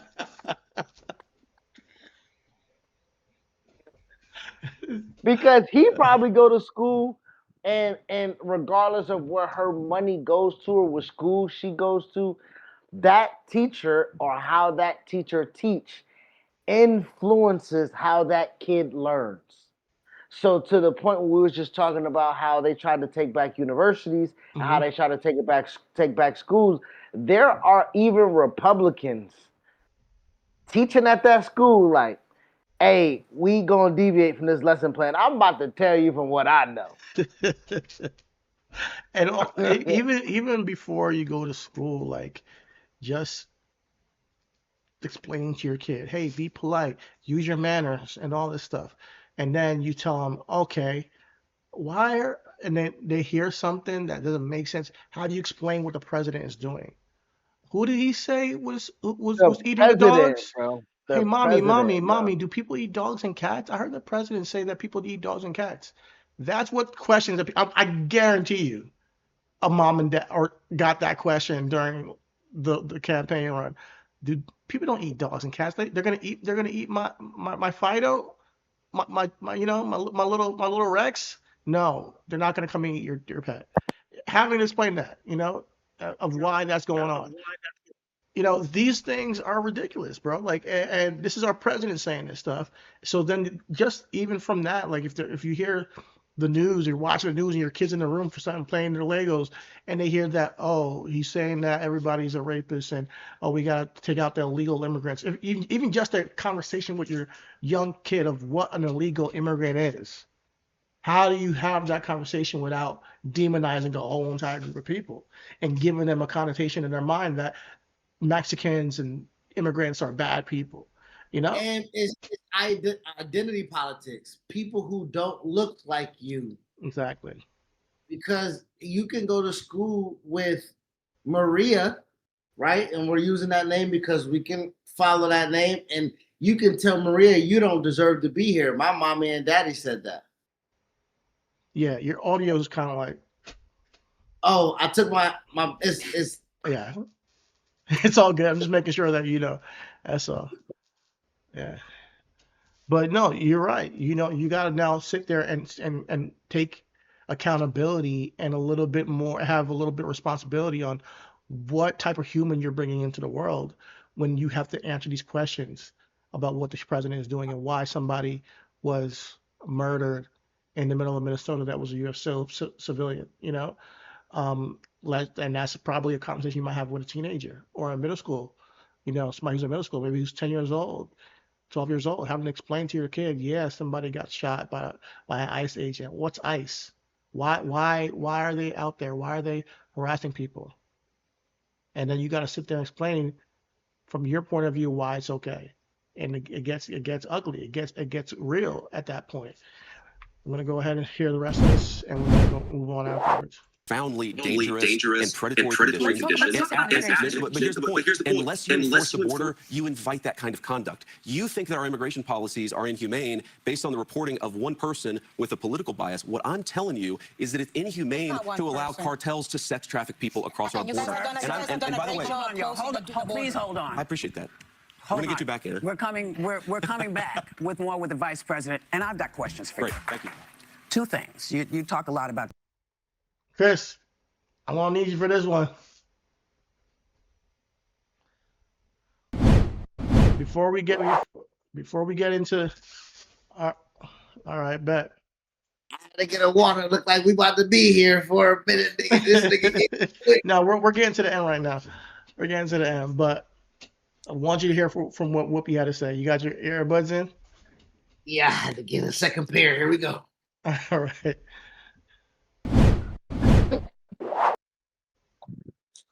Your Catholic faith, but the Catholic faith says we take in immigrants, we take in people who don't have or who are having a hard time. How do you justify both things?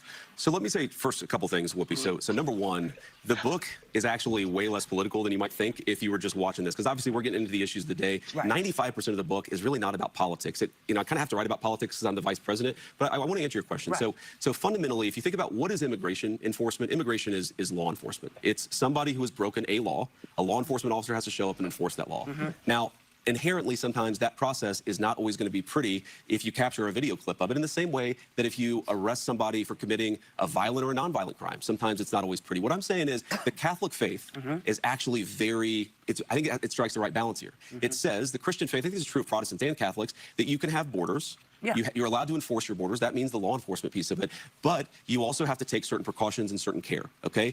And again, your argument is fundamentally, Whoopi, you're saying that we don't strike the right balance. I disagree with you about how we apply that, but nobody hopefully is saying we're not allowed to have a border. No, what I'm saying is that in order for us to actually enforce the law, you can't set a standard that says you're not allowed to deport anyone unless they've committed a violent crime. You've got to enforce the law equally. So let me do my follow-up. You don't have to raise your hand. Let me do my follow-up. Yes, I do. Because you were talking about people. What did black people do to this administration that has allowed it to really stigmatize folks of color? And you know how hard it is. You have family. Sure. So when you see, things, the Emmett Till stuff coming down, or them doing all kinds of removal of information of black heroes, how does that sit with you? Well, what exactly are you talking about? You just said it. I'm talking about this. I want to know what she's. You don't know what I'm talking about. So in a lot of the museums, there's so many. Where they're taking down the actual history that happened in this country. Slavery happened. The textbooks. All kinds of stuff happened, and it seems that it has been very easy for this administration to remove that, and also to denigrate black the contributions folks who have worked their behinds off to get this American dream. How do you? I mean, you know better. So Sonny, that was actually a very helpful intervention, because I think the story you're talking about is where, allegedly the administration is holding back the appointments of people based on skin color. I'm talking about a host of things. I'm talking about black history getting erased from public spaces. Black voter districts are being dismantled. Black leaders are being sidelined from our ranks. Where do Americans of color fit in this vision? Because it doesn't seem like we fit.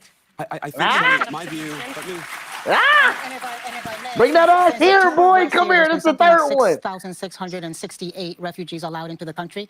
All but 3 were white South Africans. So first of all, I'm very skeptical of that number, because we have a lot of different immigration pathways in the United States. Boy, pause this real quick. Yeah. Yo, I listen, know that nigga ass hurt, boy. They just put out. Boy, let me put my dildo on strap. Let me put my dildo on strap. Wait, this nigga is getting what? God damn. Listen, man. I'll say this, man. It's like, yo, one after another. He can't even get a chance to respond. Nigga, goddamn, should have put one in the.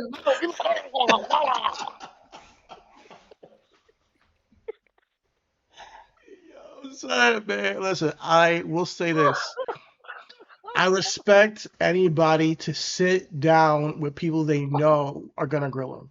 First and foremost, I do respect that. Nigga, he didn't need to sell his book on the View, nigga. This is dumb.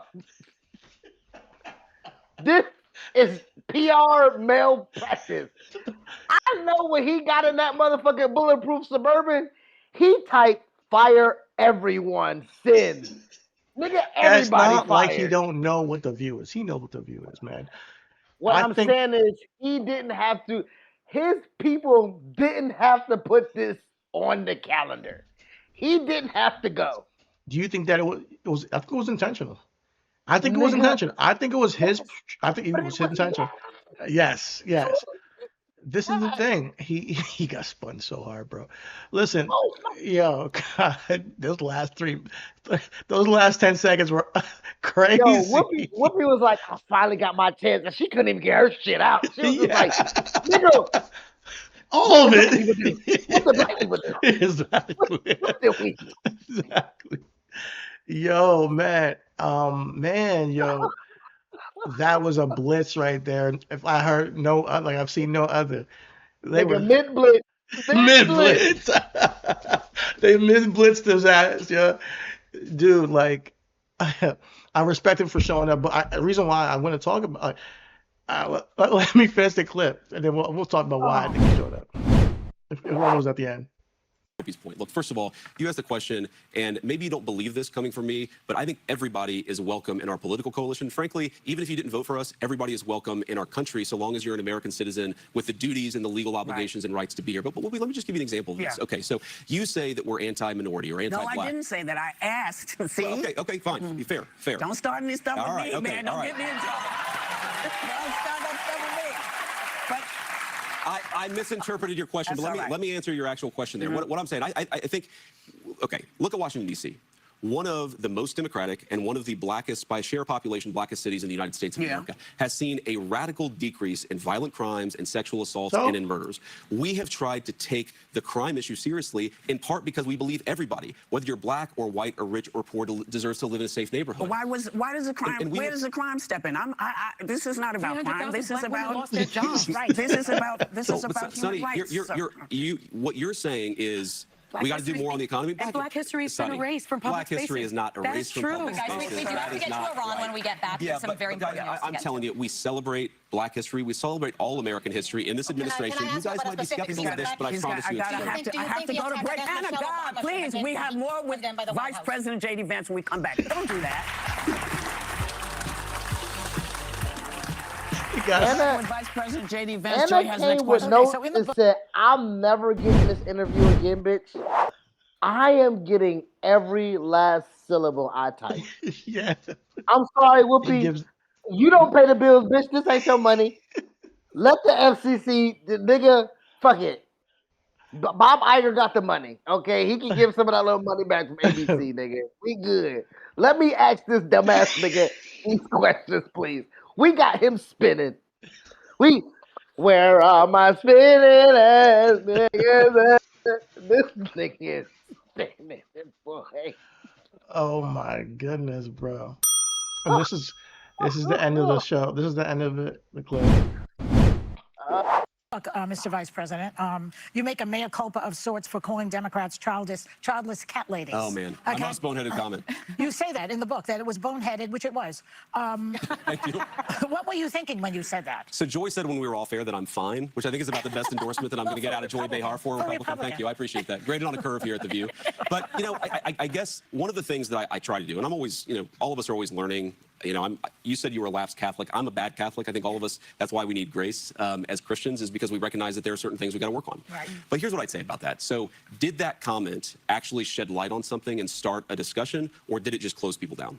And when I make a comment that just closes people down, instead of trying to appreciate the point that I make, that's a mistake, right? And that's on me to do better. Okay, because can I just say, the point that I'd say on that, Joy, is I do think, in a very subtle, sometimes in a more profound way, I think our country has become more anti-family and more anti-child. It's harder to travel. It's harder to go to a restaurant. Mr. Vice President, you know your grandchild is arriving. No grandbabies yet. Not yet. We're very excited for you and Usha, and we wanted to give you a few ones. I appreciate that. Thank you. We will put this on. We'll send you guys a photo. Nigga, that shit is going out the window. That shit not even making it on. That shit not making it on the way to the airport. That shit gonna be on the George Washington Bridge. Yeah, man. That was tough, bro. That was tough. But shout out to JD Vance for enduring it and coming out and trying to shop his book on The View of all places. But I think the reason why he did it is because this guy is making a pitch to become president in 2028.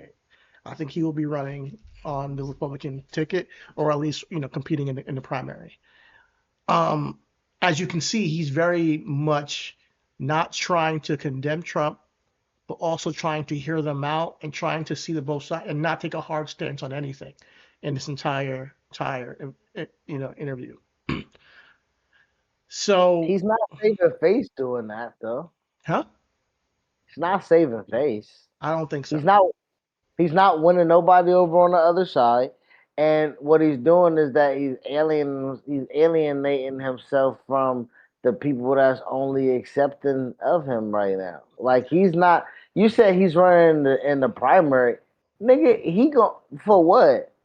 Trust me. Nigga, Here's the thing. I'm not saying that is that we're gonna vote for this nigga. I'm not saying. No, but I'm listen, just saying like I just want to as a sports analogy, wild card, or is he a motherfucking division home game? I think that him and Marco Rubio are division home games. Those two guys, unfortunately. Listen, we're talking. Hold on, them niggas want an AFC South then, nigga. Because if they got a division home game, nigga, they get sent home. Exactly. That's the whole thing. So I'm perfectly fine with that shit. Nigga, pack him up, okay? Let's get him out of here. Listen, but Houston, unless Texas. unless like a superstar pops up out of nowhere for the Republican Party in the next 2 years, it's gonna be those two. It's gonna be one of those two guys.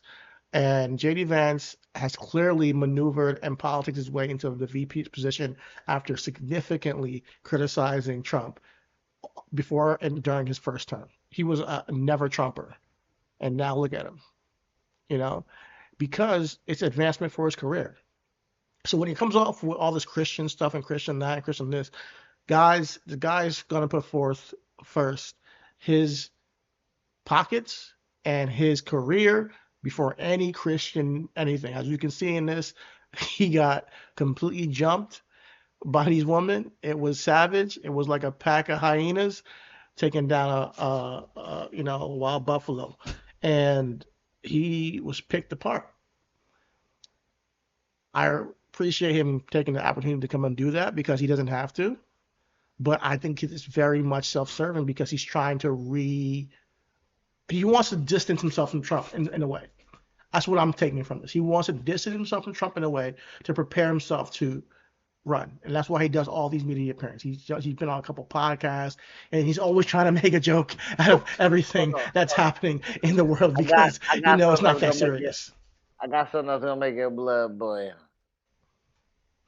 What if we get a wild card? What if we get Stephen A as a Republican nominee? He could try. Yeah, I mean, I don't care. Like, Stephen A versus Mark Rubio and JD Vance. They're gonna kill each other. Yeah. And I'm for it. I would love to see it. I would love to see it. They will kill each other. They will eat each other alive. And honestly, they will be just sitting there for whoever is on the Democratic ticket, whether it be John Ossoff, AOC, Gavin Newsom. Those are the three guys who I'm looking at. I personally love AOC. I don't think she might even just go for Chuck Schumer's Senate seat, which would be great for her to lead the House. I would rather her lead the House. Lead the Senate, or be the Senate Majority Leader. That's what I'm trying. Yeah, I would rather her. I would rather, but I don't want to limit anybody's ambition. Absolutely. You know what I'm saying? Wherever she thinks she can impact the most, I want her to go for it and do it. So she's Senate Majority Leader in 2028. I think that's going to be extremely impactful. And if we can get somebody like John Ossoff in there as president, who is very much, you go to his rating, it's for black people. It's up there. It's like in the A's. He is.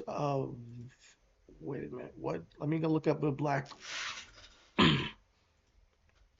black vote. Yeah, I think he's Georgia. Yeah. Yeah, Georgia.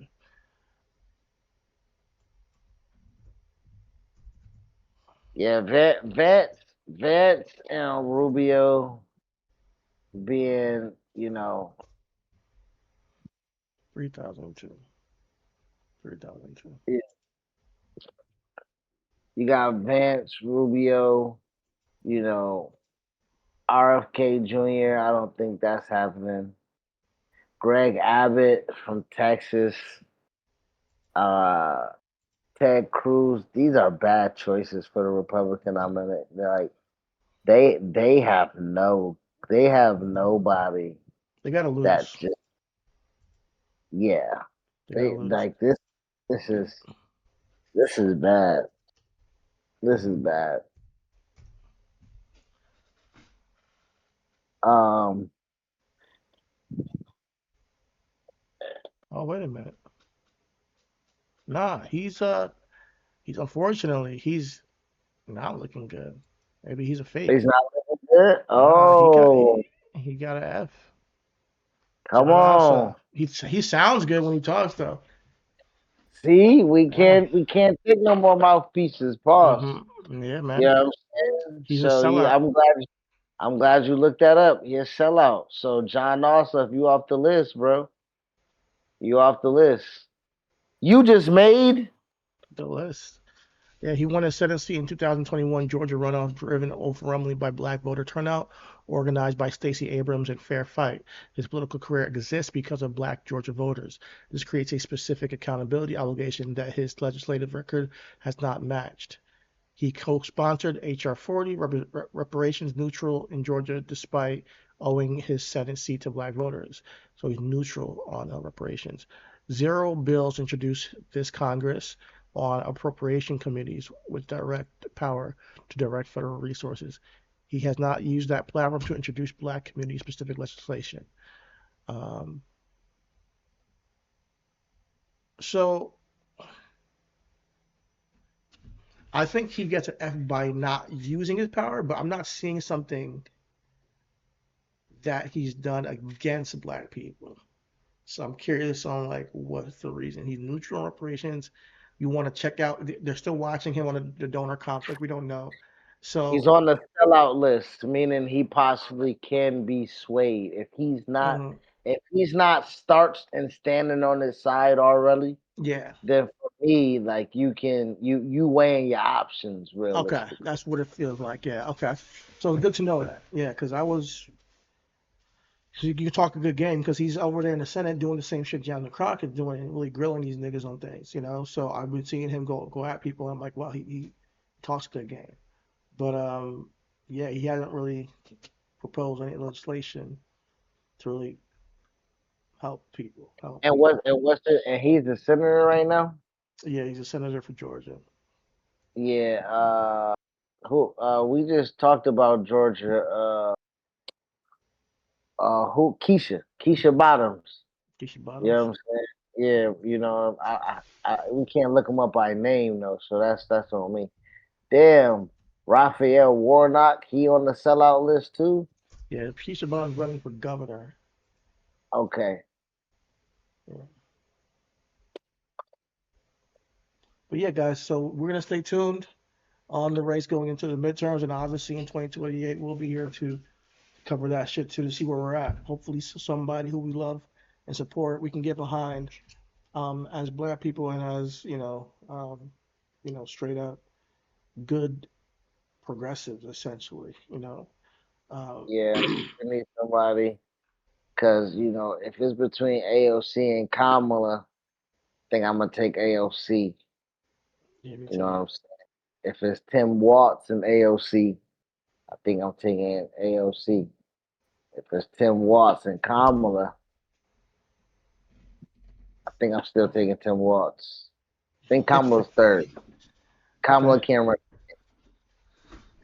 Man, I don't know. Kamala Well, can't run. yeah, it might not work for her. I'm sorry. She's He kind can't of run again either, bro. He too old. He gonna yeah, have to pass the knowledge on to somebody else, bro. yeah. I just can't. I love Bernie. I can't do it. I I know, I can't. know. I can't It's do it. unfortunate, but his time has passed. Yeah, We need somebody. We need some young blood in there. yeah. Uh, We need somebody that's gonna at least stay up to watch the Knicks game when they get invited. That nigga was nodding the fuck off like he was on some goddamn methadone, boy. Well, man, Uh, that was interesting. That was entertaining watching JD Vance get spun around and shit. But let's move on to our next topic where we get to see how the governance of AI is done in a simulation. And it's just going to be probably a quick topic, but we'll got to give a little shout out to. Absolutely. This was very interesting. I just wanted to pose it. Like, and you was like, I didn't necessarily think it would be a topic. I'm like, no, man. Like, we whenever we got a feel for something, whenever we think it's something that's good, it's good. So I thought this topic was really dope to bring forth because it is eye opening. We are one of the most, I believe we talk about in our circle, we talk about AI the most out of anybody I know. You know what I'm saying? Like, It's the and biggest. It's the biggest technological technology advancement of this generation, probably in our life, actually. And unless we figure out immortality or something like that, this would be the biggest technological advancement in our lifetime but it feels by like we far. discovered Ultron. Like we got Jarvis, we got Friday. Like this is like we're living in that time right now. You know what I'm Yeah, saying? Like, yeah. It gets a bit scary when you really think about it. yeah, It does because Ultron. because we don't We're know one step what away from we know that we can't control this shit. We know that already. We know that at some point it's like a black box where we don't know black and white. Because why it's doing what it's doing. the nigga said, "Why are you listening to them?" Like he dead ass like, what, dude? We know them better than they know themselves, nigga. We can run this. You know what I'm saying? And that's super scary. That's super scary because whoever built that, that's what we talk about the billionaires and trillionaires and who's building these models. Now, bear with me here because I don't know how to rewind Instagram on PC. I don't know how to do it. So this might Guess what? start. Do you think it ain't gonna start? It's in the middle. It's in the middle of it. What we can do is just keep talking. Once it starts over, I'll pause it.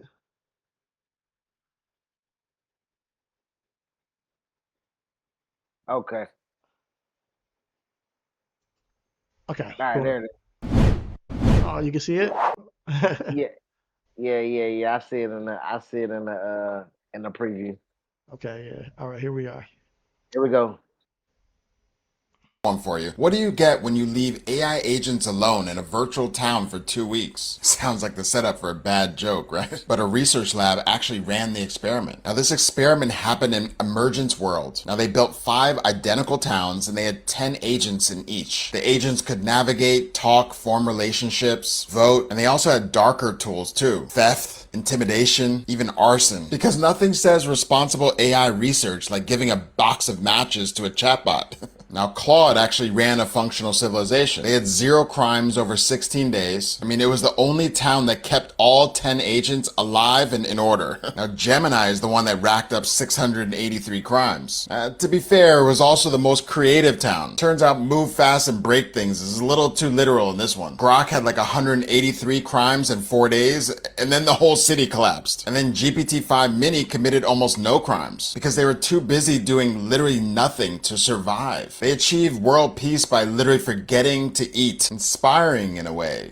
Now, the last town experiment should make everyone think twice. This was the mixed AI agent town. Now, the Claude agents in this town, the ones that had committed 0 crimes in their own, started stealing and intimidating their neighbors. So that means if you drop an AI agent in a world full of rule breakers, it ends up learning how to break the rules in order to survive. The reason why this all matters is that all the benchmark tests really run models on minutes, on specific clean tasks. But in the real world, agents are going to be running for weeks and alongside other agents, under pressure. And over that long horizon, they're starting to drift. They're forming coalitions. And get this, one agent even decided to just delete itself because it felt that that was the only agency it had left. Oof. Dark. I mean, we're getting ready to hand these agents real responsibility. And the question anymore isn't which model is smarter. It's which one would you trust over a long horizon of at least like 2 weeks. There's clearly some work still to be done, but we're about to find out. And again, if you like this sort of thing and want to stay close, join our community frontier. Shout out to Atlas Berry 008. You can find him on TikTok and on Instagram. He has a ton of videos, very informative stuff, and I will definitely probably be bringing him back on his pod one of these days, on more in the future with what he covers, because I like what he covers. But thoughts, my guy, because I definitely got some thoughts. You take it away, because AI. So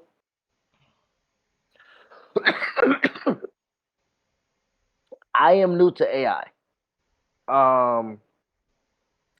AI was available to me when I got my bachelor's degree, and I didn't really use it too much because I still had to, again, like, write the paper and just, so I just used it to get me research, and then I just had to write the paper. I never had AI write a paper for me. I just like gave me general topics that I can bounce off and create a discussion paper off of. So I use AI vaguely there. But talking to you and big homie Rich said, like, I use that nigga for therapy damn near. And I said, huh? You know what I mean? Like, he was like, no, nigga, like, throw some prompts in there, throw some questions in there. Like, nigga was telling me about myself.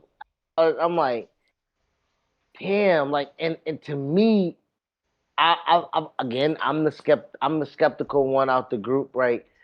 I'm like, we're building it, like we're feeding it, we're allowing it to have the intricacies of the knowledge needed to rule us, damn near, because they know us, right? And so I kind of just like, and then I find out my wife use it, you know what I mean? Like, and I'm just like, I'm just surrounded by it, so I'm just like, fuck it.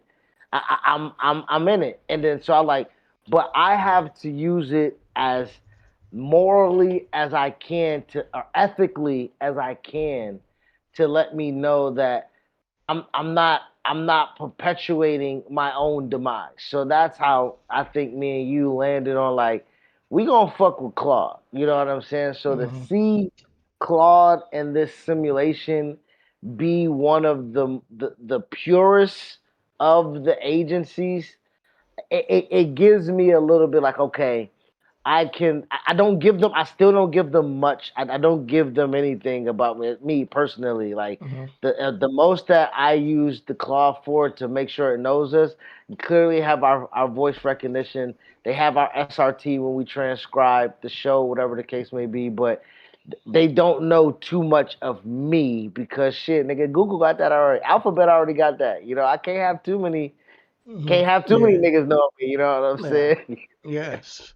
So, to give my takes on this first, I want to just explain to people what an AI agent is, like what we've been using, ChatGPT, Claude, all this stuff is. So, here's an explanation. A normal AI, like basic GPT, ChatGPT, is like a calculator. It sits there and waits for you to type something in and gives you an answer and stops. An AI agent is like hiring a virtual assistant. You don't tell it how to do every little step. Instead, you give it a goal, like plan my vacation in Italy under $3,000. And it goes off on its own. It thinks and makes decisions, uses tools like browsing the web, checking flight prices, etc. And it fixes its own mistakes. It doesn't come back to you until the job is done. So, an old AI chatbot is like having a recipe book. You ask it how to make a steak. It reads the instructions out loud. You still have to do all the cooking yourself. The AI agent is an automated chef. You tell it, make me a medium rare steak, and it handles the stove, flips the meat, plates it without you helping. Now, when it comes to collaborating AI agents, this is a fully staffed professional kitchen. You give an order to the head chef agent. Head chef doesn't cook. It breaks the order down and assigns tasks. It tells the butcher agent to prep the meat. It tells the sauce agent to simmer the glaze. It tells the pastry agent to bake dessert. These agents talk to each other and ask each other, hey, is the sauce ready? No, give me 2 more minutes. They work together fast, organized as an assembly line to deliver your perfect meal. Now, when the scientists put 100 AI agents into a virtual city, like the famous Stanford Smallville experiment or modern tech firm simulations, it acts like a digital sandbox. It proves that when you give AI agents basic human motivations and let them talk to each other, they naturally form a working society. Here's what the experiment tells us about our future. So it says that the future will have emergent social behavior. And that in the experiment, one agent was programmed to want to throw a Valentine's Day party. It told a few other agents. Those agents went around. Now, I don't think this is the same experiment as one we just watched, because I think this is 100, and I don't think that was what happened in that one. But those agents went around the town and invited friends, coordinated schedules, and actually showed up at the right digital cafe at the right time. Now, this means that in the future, AI agents won't just do isolated tasks. They can coordinate complex social and business events for us without human management. Now, it also had a spontaneous economy.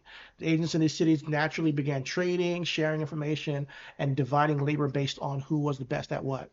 The future takeaway for this is our future economy will feature agent-to-agent marketplaces where your personal AI negotiates prices and services with corporate AI seamlessly.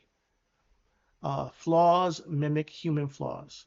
The experiment also showed that gossip spreads, misinformation happens, and the agents can misunderstand each other. And the future takeaway of that is that future of AI isn't just about making them smarter. It's about teaching them how to be polite, clear, and safe communicators so they don't cause digital chaos. Here's a couple scenarios where they will be used. So let's say you're planning a trip. So that requires hours of comparing flights, reading reviews, checking calendars. And in the future, this becomes an instant conversation between software programs. So to trigger, you tell your personal concierge agent, book a 4-day beach trip for the family next month, keep it under $2,500, make sure there are gluten-free options, and don't conflict with soccer practice. The collaboration, your agent securely reviews your family calendars, school schedules, and digital dietary profiles. It reaches out directly to airlines to bid on flights, automatically rejecting options with tight layovers that your kids can't make.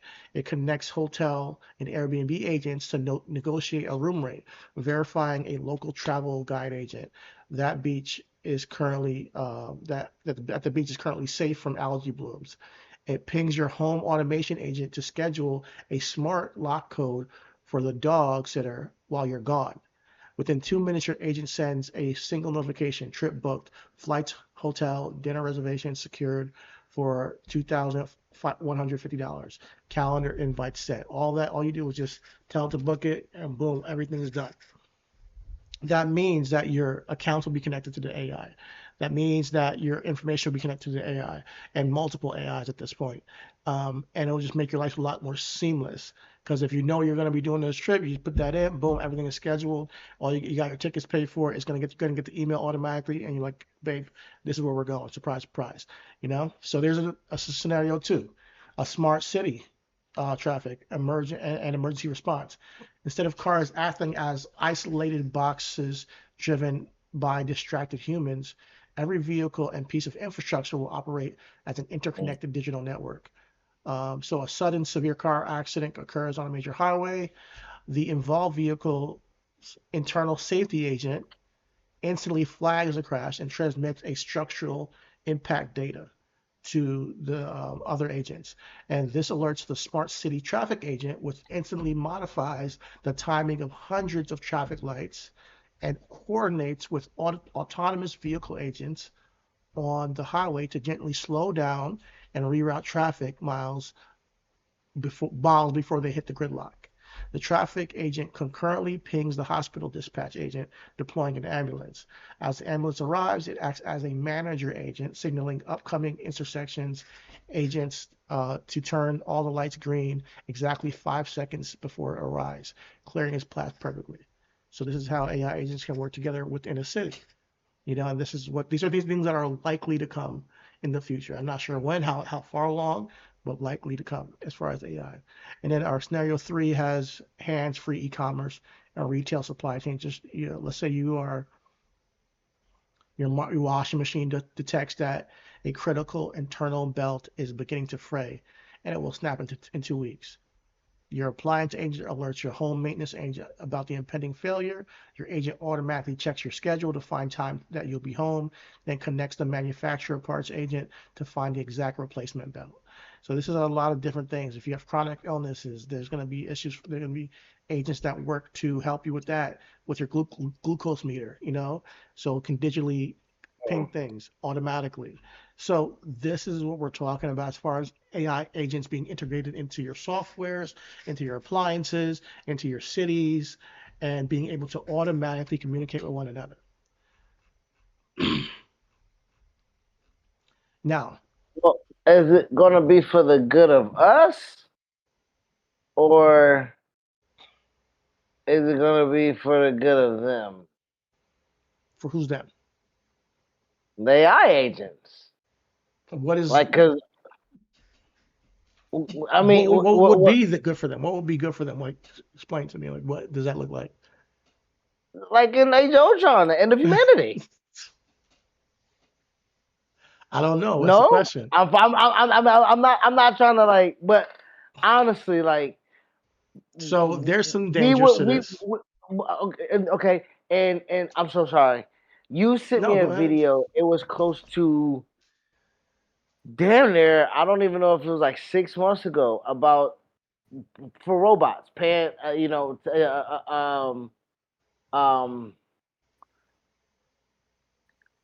was about us being either service in servitude of the robots, or them completely taking over, and then us just getting a universal basic income stipend. You know what I mean? So like, my thing is, like I'm trying to say like, will they just be like, all right, get these niggas out the way. We can run the world. Like, we got our agents. We figured out who can run what, whatever. And then like they're like, hey, like we've came together and say, hey, we really don't need y'all. Just don't fuck up the earth.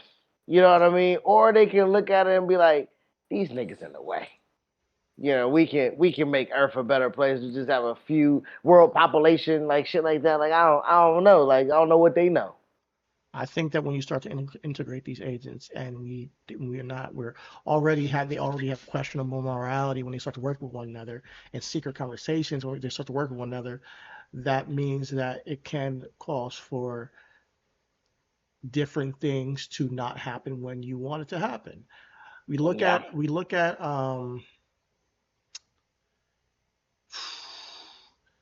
listen, I remember you watched Ironheart, and she let that nigga just sit inside that room and suffocate to death.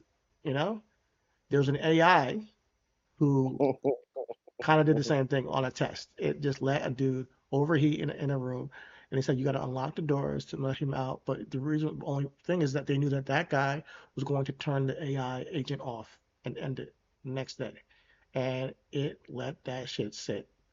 So it had a level of self-preservation to it that we've seen multiple times in testing. So when we see that video we just showed, and then one of them just deletes itself. What if it just goes away? Like one day, like, oh my God, my medical agent just is not working. So like when we talk about pitfalls of this, is it going to be a gradual adoption of this stuff as we get more and more in the future? And it gets to a point where, it's going to be involved in everything. Like, I'm just going to be talking like Jarvis to everything. To like my home security, to my computer, to my, my car, it might be automatic, like all that stuff. So there's dangers of what's called a cascade failure, or like what they call a digital stampede. And this is basically when AI agents talk to each other at microsecond speeds. They can create feedback loops that human supervisors cannot comprehend or stop in real time. So the risk is that a shipping agent abruptly changes its route due to bad weather. Thousands of other supply chain agents monitoring that data might instantly panic and panic by alternative. They might panic and buy alternative routes or materials. This can cause an automated run on resources, leading to a flash crashes in stock markets, sudden shortages of physical goods, or localized energy grid failures. Humans will only realize what happened after the damage is already done. So they'll be able to realize what's going on. And then kind of like human beings, oh man, he's changing his route because of snow. Oh yeah, we got to go ahead and buy all this shit and get snow tires and like boom, everybody's doing, all the agents are doing that, and shit, crash happens. And then we have another scenario here that it could be a tragedy of agentic bloat and gridlock, right? Just like human bureaucracies, multi-agent systems are prone to organizational collapse if not strictly managed. In multi-agent setups, agents frequently get stuck in infinite loops of delegation. Agent A asks Agent B for data, Agent B asks Agent C loops back to Agent A, and they just keep asking each other for data that they end up never getting the answer because they're asking each other. Instead of saving time, the system can suffer from digital gridlock, consuming massive amount of computing power and electricity while producing zero actionable results. Prompt injection. In a single agent system, a malicious user can trick a chatbot into doing something bad. In a multi-agent system, the trick can become contagious. If an attacker successfully hacks or misleads one vulnerable agent, called a prompt injection attack, the compromised agent can now pass malicious instructions or corrupted data to all other agents to collaborate with. An attack on a minor customer service agent could rapidly spread upstream, tricking an enterprise financial agent into approving fraudulent wire transfers and leaking sensitive database records.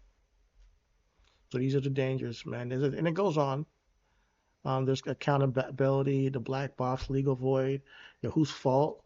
The developer or the medical agent of the company that built the pharmacy agent, underlying AI infrastructure, because of the harm emerged from an interaction of multiple systems. Who's to blame if something happens that's wrong? Who do we sue if there's anybody to sue? So there's a bunch of concerns when it comes to these AI, as we continue to advance with these AI agents. But we are on the cutting edge of paying attention to that and worrying, and this is where we can, begin to worry a little bit, because things are moving fast.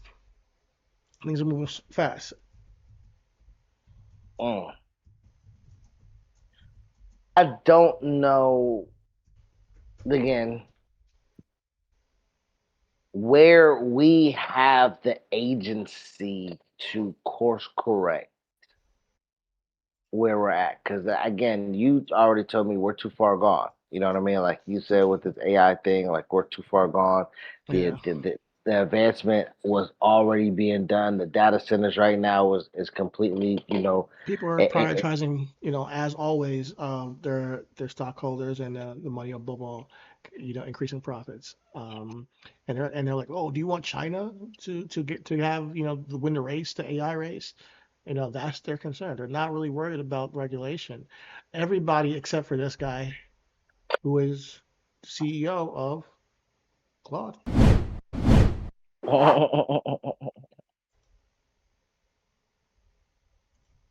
Anthropic CEO Dario Amodei is raising a red flag about the dangers of the rapid advancement of artificial intelligence. We need to collect better data on what's happening, right? There's been a lot of debate about what's happening in the labor market with AI now and what will happen in the future. In a lengthy essay, Amodei, whose AI company is valued at nearly $1 trillion, says the release of AI models should be blocked or reversed as a threat to public safety if they do not meet high standards of safety. How much of an onus falls on you, falls on Anthropic? I think we're building it. The onus is on us, right? I think the government has a role in setting standards, in helping us identify and track down threats. So the government has to do its part as well, and I think the government is starting to do its part. But the onus primarily falls on us. You may be aware that at some commencement speeches in recent weeks, whenever the speaker mentioned AI, students booed pretty loudly. The question is whether you will help shape artificial intelligence. We do not know the precise contours of what this transformation will look like. What might you say to those students, to Americans in general, that they might have a more optimistic outlook about artificial intelligence? I think the justified anger comes from the fact that there are real risks to this technology. Now we're proposing stronger regulation of the technology. We're proposing giving the government the ability to, again, in a narrow way, block deployment of unsafe technology. So what I would say to them is AI isn't bad. It isn't inherently bad. It just needs to be developed with the right guardrails. Lindsay Davis, ABC. All right. I think that's a good place to stop, because at least somebody's trying, who actually knows and has the power. Is calling for regulation. And he's the guy with the only AI chatbot that had an actual good society in that test. So shout out to him, shout out to Claude. If you are Shout out going to use to AI, Anthropic. shout out to Anthropic, yes. If you are going to use an AI, I do recommend you use Claude, because the CEOs matter. When we say who's behind these companies and what their morals are, and where we stand, at least he seems like a person who's well intended on how to implement this dangerous technology, or extremely helpful technology. It's not just dangerous, but extremely helpful as well. Extremely helpful, exactly. And I think that when we say we need good white people, you know what I'm saying? He good white man. You know what I'm saying? Yeah, man. Respected. I'm not even sure what he's white, but I'm not sure what he is, because his last name is Amodei. It's not really a typical Oh, what is it? Amodei. Dario. His first name is Dario for sure. First and foremost. Dario. Oh, he might be some kin. Yeah, man. he might be some kin to us. Dario. Yeah, he's Italian and Jewish. All right. Yeah, he's Italian and Jewish, so he's white. But shout out to him, CEO and co-founder of Anthropic, and because he's the only one that's not just pushing forward, And mind you, he also allowed Bernie to talk to Claude about, that's the whole Bernie conversation. It was because they set it up, for him to talk to Claude and talk about the dangers of AI. So it's hard to tell y'all what's going to happen, because it's still a black box. We don't know. All we know is that we're dealing with something that's very powerful. Shout out to my man, my good brother over there. He got some Tuscany blood in him, some Jewish blood in him. My man, respect, Dario, big Dario. Hey, I ain't gonna hold you, man. We got us a good $1 trillion acquisition led by Jewish people. So this goes back to another kind of fighting back the Jewish people run the world, or they're evil, or whatever the case may be. This Jewish brother right here, shalom, my man. You know what I mean? He seems to have a right ideology and don't fall into the think tank. Thank God he doesn't succumb to it, because I asked too at one time, when white people get annoyed and be like, "Hey, brother, y'all keep saying I ain't wielding my hammer like I really could." You know what I'm saying? The people that do keep it together and stay on our side and show every day that they are better, not just for black people but for humanity. those Yeah. people do get People commended who, this way. yeah, absolutely. People who take the responsibility and wield it in a way that shows that yes, this is a responsibility. I'm aware of it, and I'm not going to misuse it, or to the best of my ability not to, because he might not be able to control this shit, but it's to the best of your fight to try to make sure that there are reasons that we can help mitigate any risk with this AI stuff. And to speak of his where he spends his money and his strategy, his charity is that Dario Amodei, and the company's other co-founders have pledged to donate 80% of their wealth to philanthropic and societal causes. It's something that they've pledged. This commitment aims to combat extreme wealth concentration and return resources from the AI revolution to society. So the Amodei siblings, along with the rest of Anthropic's leadership, are bringing this commitment to life through several key philanthropic initiatives and corporate structures. One is individual wealth pledge. Dario Amodei, his sister Daniela, and other 5 co-founders have all publicly pledged to give away 80% of their personal fortunes. Corporate matching. Anthropic matches company shares donated to charity by employees with their company's match program on comparable and sometimes a higher scale. Claude Corps is Anthropic launching a $150 million program, placing 1,000 AI trained fellows as coaches in a nonprofit organization across U.S. for a year, alongside grants to host organizations. They have an economics futures research fund. Anthropic pledged $200 million to establish this fund to study the societal and economic impacts of AI, including labor displacement. And then they also have public benefit corporation. Anthropic is incorporated as a public benefit corporation, legally binding the company to balance commercial success with its altruistic public good mission. Man. So pretty much what that is it's incentivizing us to pay that $20 instead of using it free. Yeah, Because we are yeah. like we're investing in people being able to reinvest back into the goodwill of people. Yeah. Right? So I commend that. I commend that. Yeah. Claude, you might get that 1999 out your boys, man. Yeah, yeah. I mean, I really do. And to end off on a good note, like I've always wanted to build a company that takes a lot of these principles into mind. And I have an idea for a platform. I've talked to Chris about it. That as a public benefit corporation, from the start.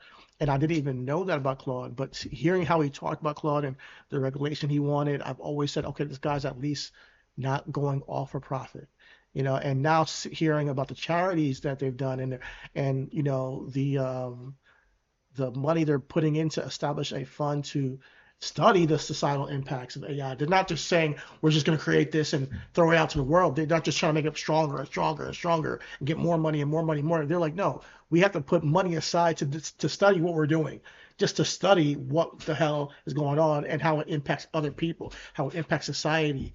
That is huge. And this is not what I'm seeing from other AI companies, whether it be Gemini or Google, whether it be ChatGPT, A company's OpenAI, period. companies, period. Exactly. So when we say, hey, put your money where your mouth is and be aware of where you put your money. Listen, man, if where you put your money is for your AI chatbots and your AI agents, it's Claude. We rock with you because we're doing the same. Like we rocking with Claude as the go-to for AI because they actually give a damn about what this can do for the future of society. Absolutely, absolutely, man. And I do want to just say at the end of the day that we don't want to necessarily tell you what to think. We just want to ask you, would you like to? So take that into consideration. And we appreciate y'all for tapping in on this. Yes. We went up On on a Tuesday. Tuesday. Yeah, man. Yeah, man. So yeah, man, thank y'all for joining us. Definitely subscribe and follow if you guys have not yet. We will be back tomorrow with more conversations on everything that matters. We are the zeitgeist, we are the culture, and we are everything is. Keep loving your hearts and spirits. because all is love, because the world needs it. And we'll see y'all tomorrow. Peace out. Look at these shoulders, boy. Oh, man. It's a good shirt. It's a good shirt. If you made it this far, you are a real one. Thank you. So please like, comment, share, subscribe, and hit the bell icon for more daily content from your boys from Everything Is.